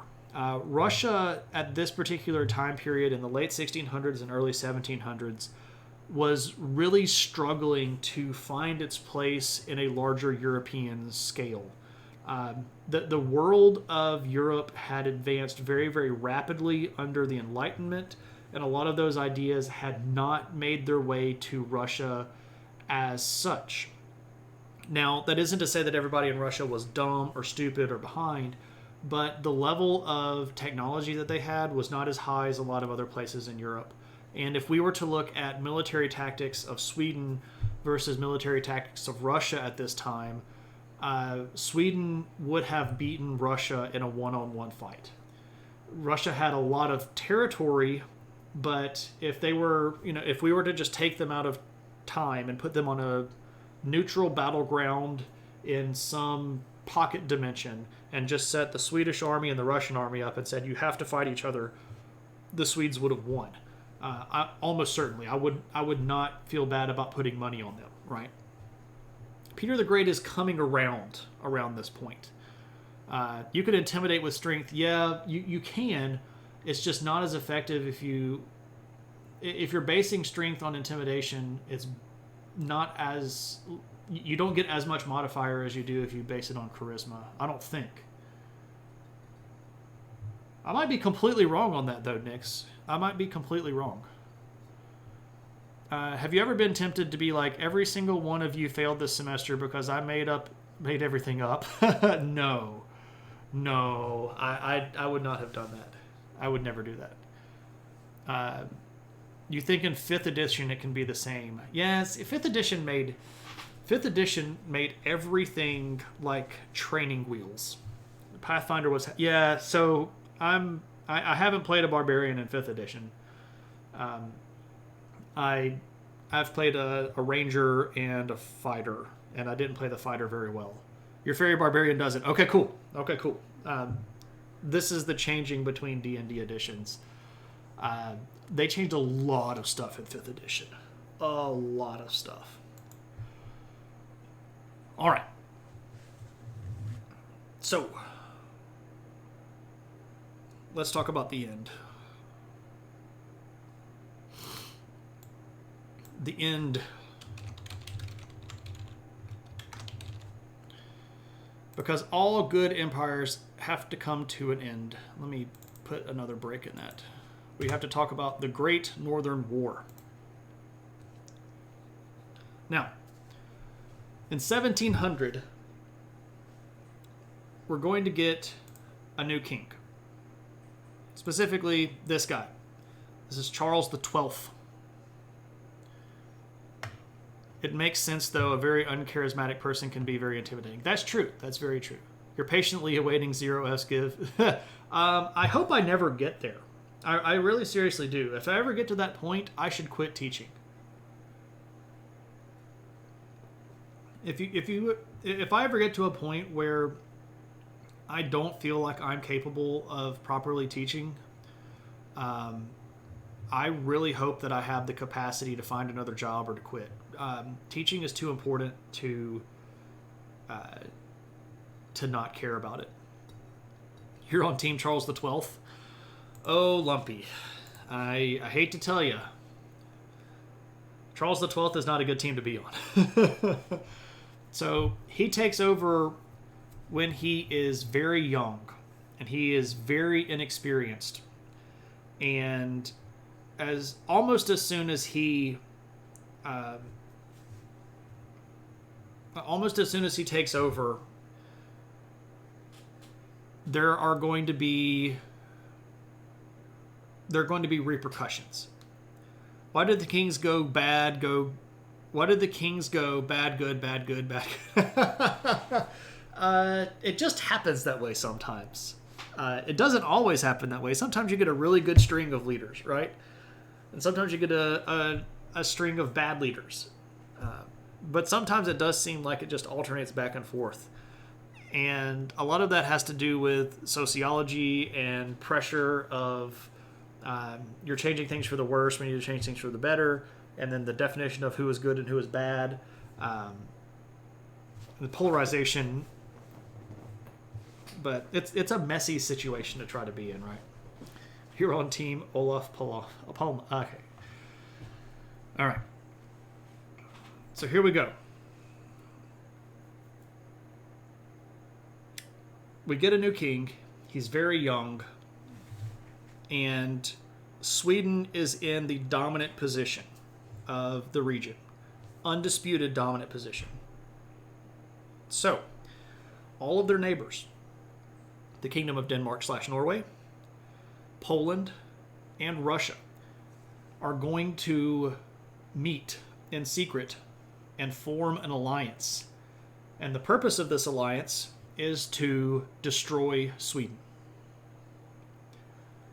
So what do you do when all of the bad guys meet in secret and form like a Legion of Doom, and they're going to come after you, right? They're trying to outlive the previous one, right? Bad times create strong men who create good times, which leads to spoiled, weaker men. Oh, well, that's a fair... there are a lot of people that support that theory, Hamster. I don't know if I can necessarily completely agree with that. I think that good times can produce good men. I think if we look at some of the great leaders of history, they were not always arising in bad times. I think a lot of them come out of good times. I mean, I could name lots of Roman emperors, some powerful Chinese emperors. I mean, I could make a list of that stuff, but it does that's got a lot of weight to it. What you said, Hamster, and there are a lot of people that really point at that, and it's a fair thing to point at. All right, so is that like Rat Utopia? I don't know what Rat Utopia is. I'm missing the reference to that one. Anyway, so Denmark, Poland, Russia. They all attack Sweden. And to his credit, Charles XII is going to beat Denmark and knock them out of the war, and then beat Russia and knock them out of the war really quick. This, by the way, starts in 1700. So the Great Northern War runs from 1700 to 1721.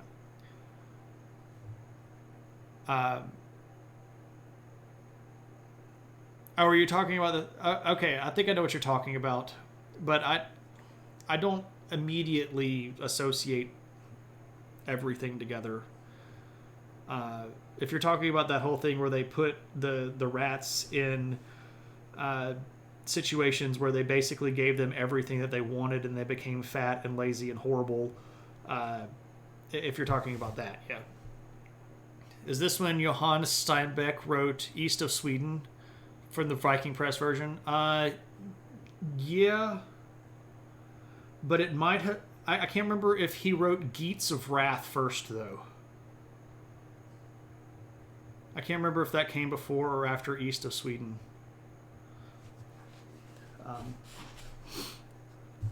By the way, I win. You're a great competitor, though.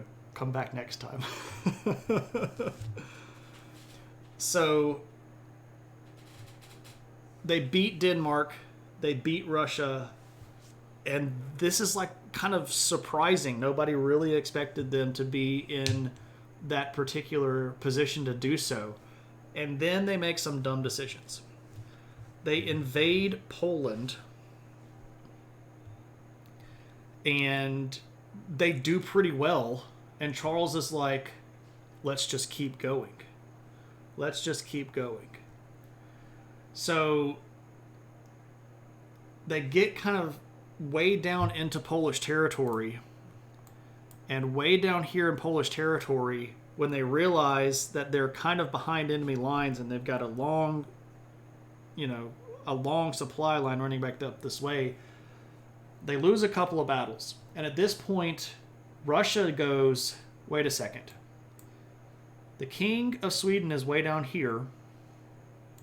We want this territory right over here. We can just go bloop and take it. So Russia re-enters the war. Like player 2 is back in the game. They put more quarters in the machine. They get a second life. And at that point, Charles makes a dumb decision. What's up, Macaroni and Brie? How's it going? Good to see you. You thought... I thought you were going to imply that there was an unsuccessful Polish invasion.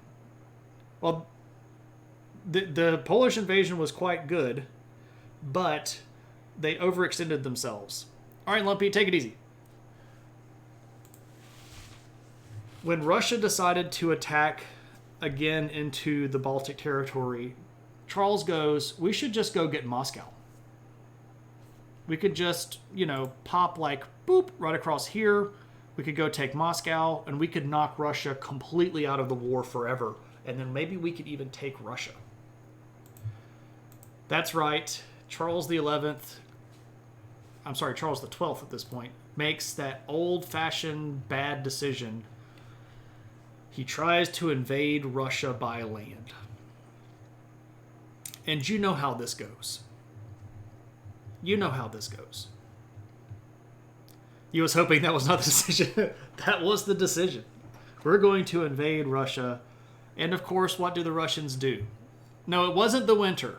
It wasn't the winter. But Russia did the same tactics that they always do. They retreated and they burned everything behind them. And Moscow is a long way from the border. And yeah, scorched earth. Exactly. Never get involved in a land war in Asia. You've fallen victim to one of the classic blunders. It is a savage tactic, and it's so successful because you can't outmarch the Russians. These people are at home, and they can retreat forever, and you can't. And this is going to be really bad. Charles the 12th actually gets killed in the process. He gets shot in one of the battles. When he gets killed, Denmark, Norway get back into the war, and the next two leaders are going to be very ineffective at trying to stop the onslaught. And at the end of the Great Northern War, Sweden basically loses imperial status. They're going to lose all of the Baltic territory and Finland to Russia. They're going to lose all of the territory that they held in Norway to Denmark, and they have to give more, and basically all of their remaining European territory to Prussia. He died from just one shot. You knew the old king bloodline was superior. He was not a direct descendant of Gustavus Adolphus, so let's remember, he's from a cousin branch, right? He's from a cousin branch, so maybe the blood of Gustav was not flowing as strongly in his veins. But in 1721, at the end of the Great Northern War, the Swedish Empire is going to be no more. That was an unintentional rhyme, but that's what happens. Now, they hold some of their territory. They hold parts of some of this stuff up into the 1800s. But they are no longer what we would call a great power. They are a regional power, but not a great power. And this has a lot to do with the bad decision to invade Russia on land. You don't do that. But that is the history of the Swedish Empire. Did they ever get their power back? Nope. Once they fell, they never got back to that level again. Not at all. Body of Karl the 12th. Is he yeah, there we go. He's getting carried out.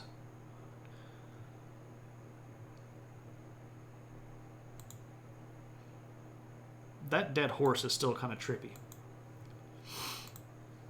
Dirty Swedes done dirt cheap. Was he the first who started this trend? No, there had been people that had tried to invade Russia before, and it didn't turn out well for them. Some of the prior Mongolian hordes, Tamerlane, Cossacks, various Turkic groups. Has anyone taken on Russia on their land and won? Other Russians. Japan did decent in Manchuria, but at that point, Manchuria was not Russian territory. This region right here is Manchuria. The Russo-Japanese War in 1905. Was it 5? It was 5, 6, or 7. I think it was 5, 1905. It's Russo-Japanese War. I think it's 5 to 6 because it lasted a little bit longer. Lasted the bridge of a year.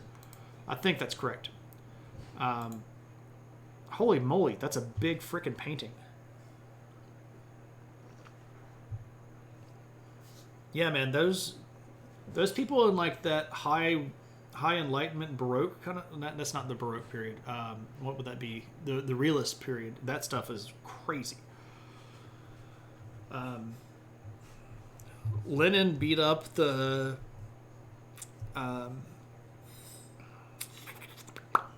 crap.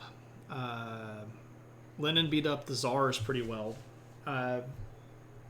If Germany in World War One had been interested in invading Russia, they would have done better. As it was, they were just happy letting Russia throw the Russian soldiers into a meat grinder along the border. They were much more worried about the French and the British on the other front, right, the Western Front. But had the Germans wanted to invade Russia in World War One, they would have beaten the crap out of them. Probably Tsar. They were calling themselves Tsars at that point. But all right, so that is the end of the Swedish Empire material. We did go a little bit long, but not like crazy, crazy long.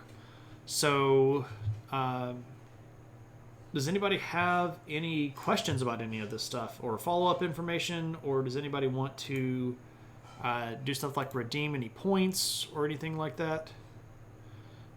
Because I am finished with my particular version. Would more female leaders like Christina promote peace? So, maybe, but not every female leader in history has been peaceful. Catherine the Great in Russia fought wars for the vast majority of her rule. Not every female ruler, like Empress Wu Zetian in China, who we'll talk about on Thursday, conquered people. Hatshepsut in the New Kingdom of Egypt expanded the Egyptian empire quite a bit. So, I mean, if we're just looking at statistics, clearly there are going to be more men rulers that fight wars than women rulers that fight wars because there have been more male rulers.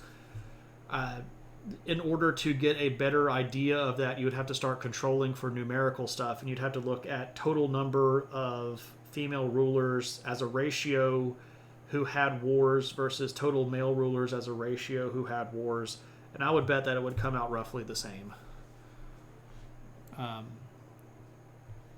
I don't know what that is, Viper, so I'm not going to agree with it until I Google it. Yeah, it's that salty fish stuff. Yeah, I'd try it. When was the rise of the IKEA empire? I don't actually know when IKEA became a company. I would bet that it was probably sometime in the late 1800s. I don't know what kind of Swedish cheese is the thing. I don't know if they have a... I'm sure they have like regional cheeses that are particularly good there. And I would bet that it would be almost certainly a harder cheese instead of a softer cheese.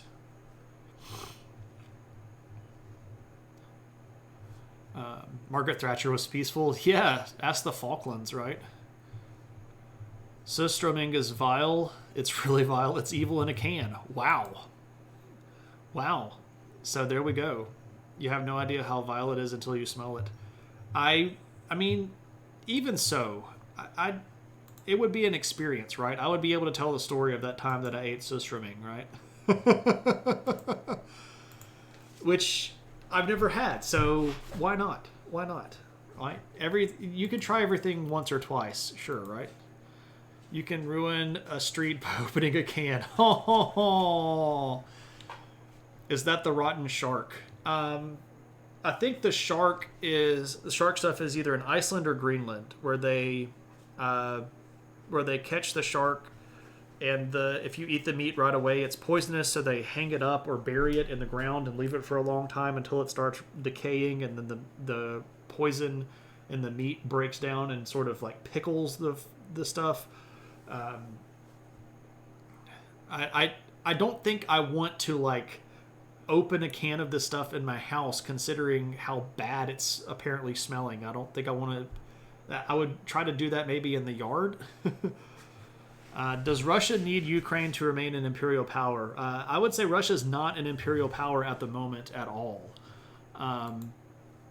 Pro tip: if you ever open Stream, don't. I don't think that Ukraine is something that Russia needs, period. I think that Russia should get the crap out of Ukraine and leave them the heck alone, because they're an independent country with a culture that goes back, in certain cases, longer than the Russians. So I have hot takes on that. If you want to, Hamster, I have a special episode that I did on history of Ukraine. It's like 4-something hours long. And there's a VOD for it. What's in the news? Lots of stuff is in the news. So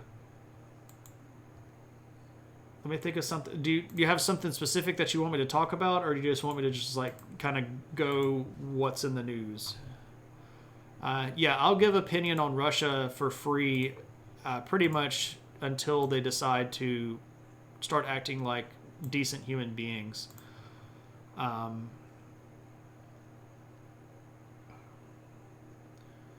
So I guess the big thing is actually Russia related. They cut off a lot of the supply of natural gas to Europe in the last couple of days, which is going to cause a pretty big economic impact on Europe, who relied a lot on Russian natural gas. That's probably the biggest thing. There were some pro-democratic peaceful protesters in Myanmar that got executed under a military junta command a few days ago. Of course, right now, the government of Myanmar is not actually an elected government. The military took over Myanmar about 1.5 years ago and imprisoned the leaders, and have put a lot of the leaders on show trial and thrown them in jail, including Aung San Suu Kyi, who was the elected leader of the government at that point. But this is the first time that they've started holding trials for people that were speaking out against them, and they killed 4 people a few days ago, or day before yesterday. So there are a few things that, the U.S. and the euro and the U.S. dollar are about parity right now. This is the first time that has happened pretty much since the euro started. Actually got established, right? When it started, it was rocky, but once it actually got itself together, the euro has almost always been more valuable than the dollar. Were they able to get any grain out of the port of Sevastopol? So what Moose is referring to, Ukraine produced about, and I'm not joking here, almost 9% of all food exports on Earth. And one of the reasons why things like food have been increasing in price is because Russia, who has a big fleet here in the Black Sea, has been blockading ports here in Ukraine. Let me put the borders up. So Ukraine's right here, and you can see that Ukraine has a long coastline here on the Black Sea. Of course, they rightfully hold Crimea until 2015 when the Russians took that from them. But they've been trying to get grain out of these ports, and the Russians have been blockading that from happening. And they signed an agreement to allow grain to be exported at a certain amount, but then almost as soon as they had done that, Russia started shelling the ports and shooting cruise missiles at it. So that has clearly curtailed grain exports. I don't think that they have had as much success as they had hoped to, but I do think they have had some success in getting grain exported. Now is the time to go to Europe if you are interested in having a powerful dollar. Also, if you buy stuff online from Europe or Japan right now, you're going to get a much better deal on things. All right, so Metriant has redeemed the standard question book and home study outline. So pretty much, this is a book with a bunch of questions in it. I don't have the book that has the answers, so we just have to kind of pick a random page, and we'll find a random question. So, how about right here? All right, this looks like a good page. I don't have any idea what it is, and we're going to answer this question. This question says, describe the influence of the Hojo family. So this is a Japanese question. The Hojo family is a particular family that had a lot of influence over the position of shogun and the imperial position in the in a period of time that I believe that'd be in the Heian period, right? Ashikaga is later. Ashikaga, Takuji. Yeah. Okay, so the Hojo family was a group of people who had kind of a stranglehold on Japanese politics and were influencing the government, even though the rightful leader of Japan at that time, during that period, was the emperor. There was beginning to be a bit of a shift away from imperial direct policy and into military policy, which is one of the ruling shogunate periods that led on to a big old civil war. Right? So there we go. Napoleon was a Gustav student, indeed. But Napoleon is way more famous. This is correct. Why do they make deals with Russia? They don't adhere to them. The idea... this is a crazy thing. Eris, good to see you. Thanks for dropping by. Thanks for your input. I hope you have a great stream if that's what you're headed to go do. The problem with Russia is that they can be vile. Everybody knows that they're vile. Everybody already knows that they're going to be vile. But they use the altruism of other countries as a weapon, right? Everything that Ukraine does is going to be turned into propaganda inside Russia and in Russian allied countries. So Ukrainians are forced to enter into negotiations and treaty and alliance kind of stuff with good faith, even though Russia is going to be horrible. Because if they do anything, it's going to end up looking worse in the long run. So even though everybody knows Russia is going to be jerks, you kind of have to...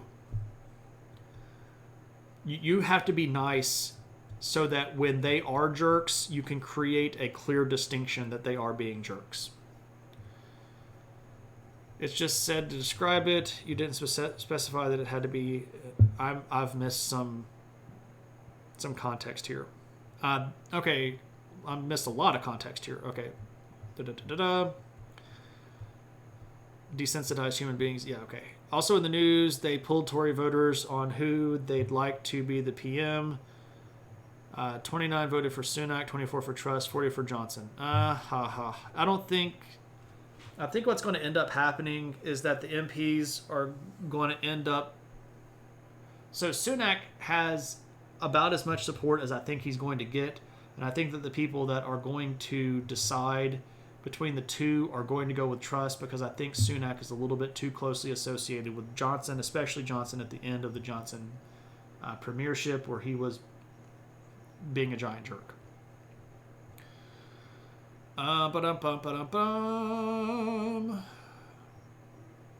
Breaking international law is fine as long as it's limited in a specific way. If you're Russia, you break the law all the time, and then you just tell everybody else, who cares? Because we're Russia, and we can do what we want to. We're Russia, and we say so. All right. Any other questions? Or are we going to go do a bit of a raid? I think we're going to go do...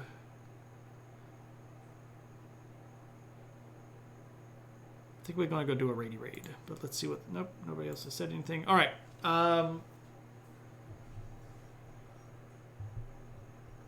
are we going to go raid?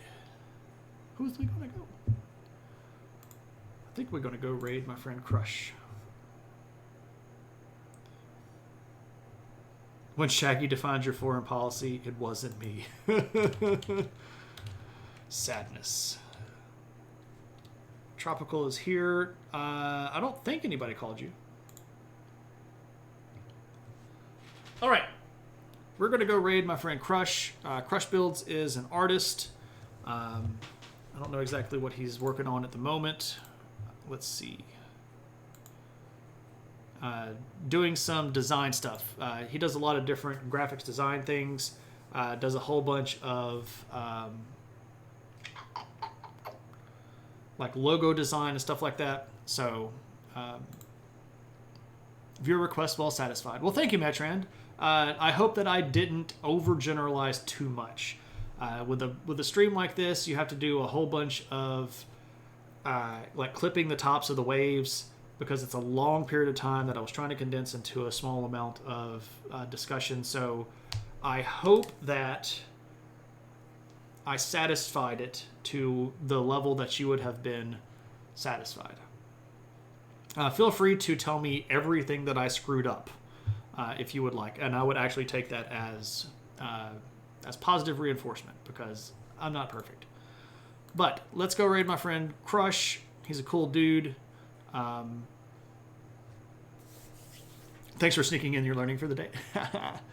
Yeah, my computer crapped out on me on Metrand's birthday. So I believe Toto was not Swedish. Okay, that's good.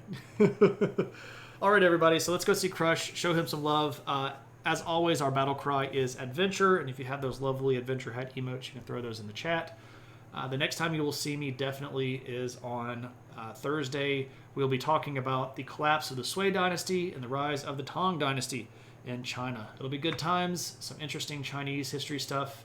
But until then, take care of yourselves, have a good one, be nice to people, be nice to yourself too, and I'll see you around.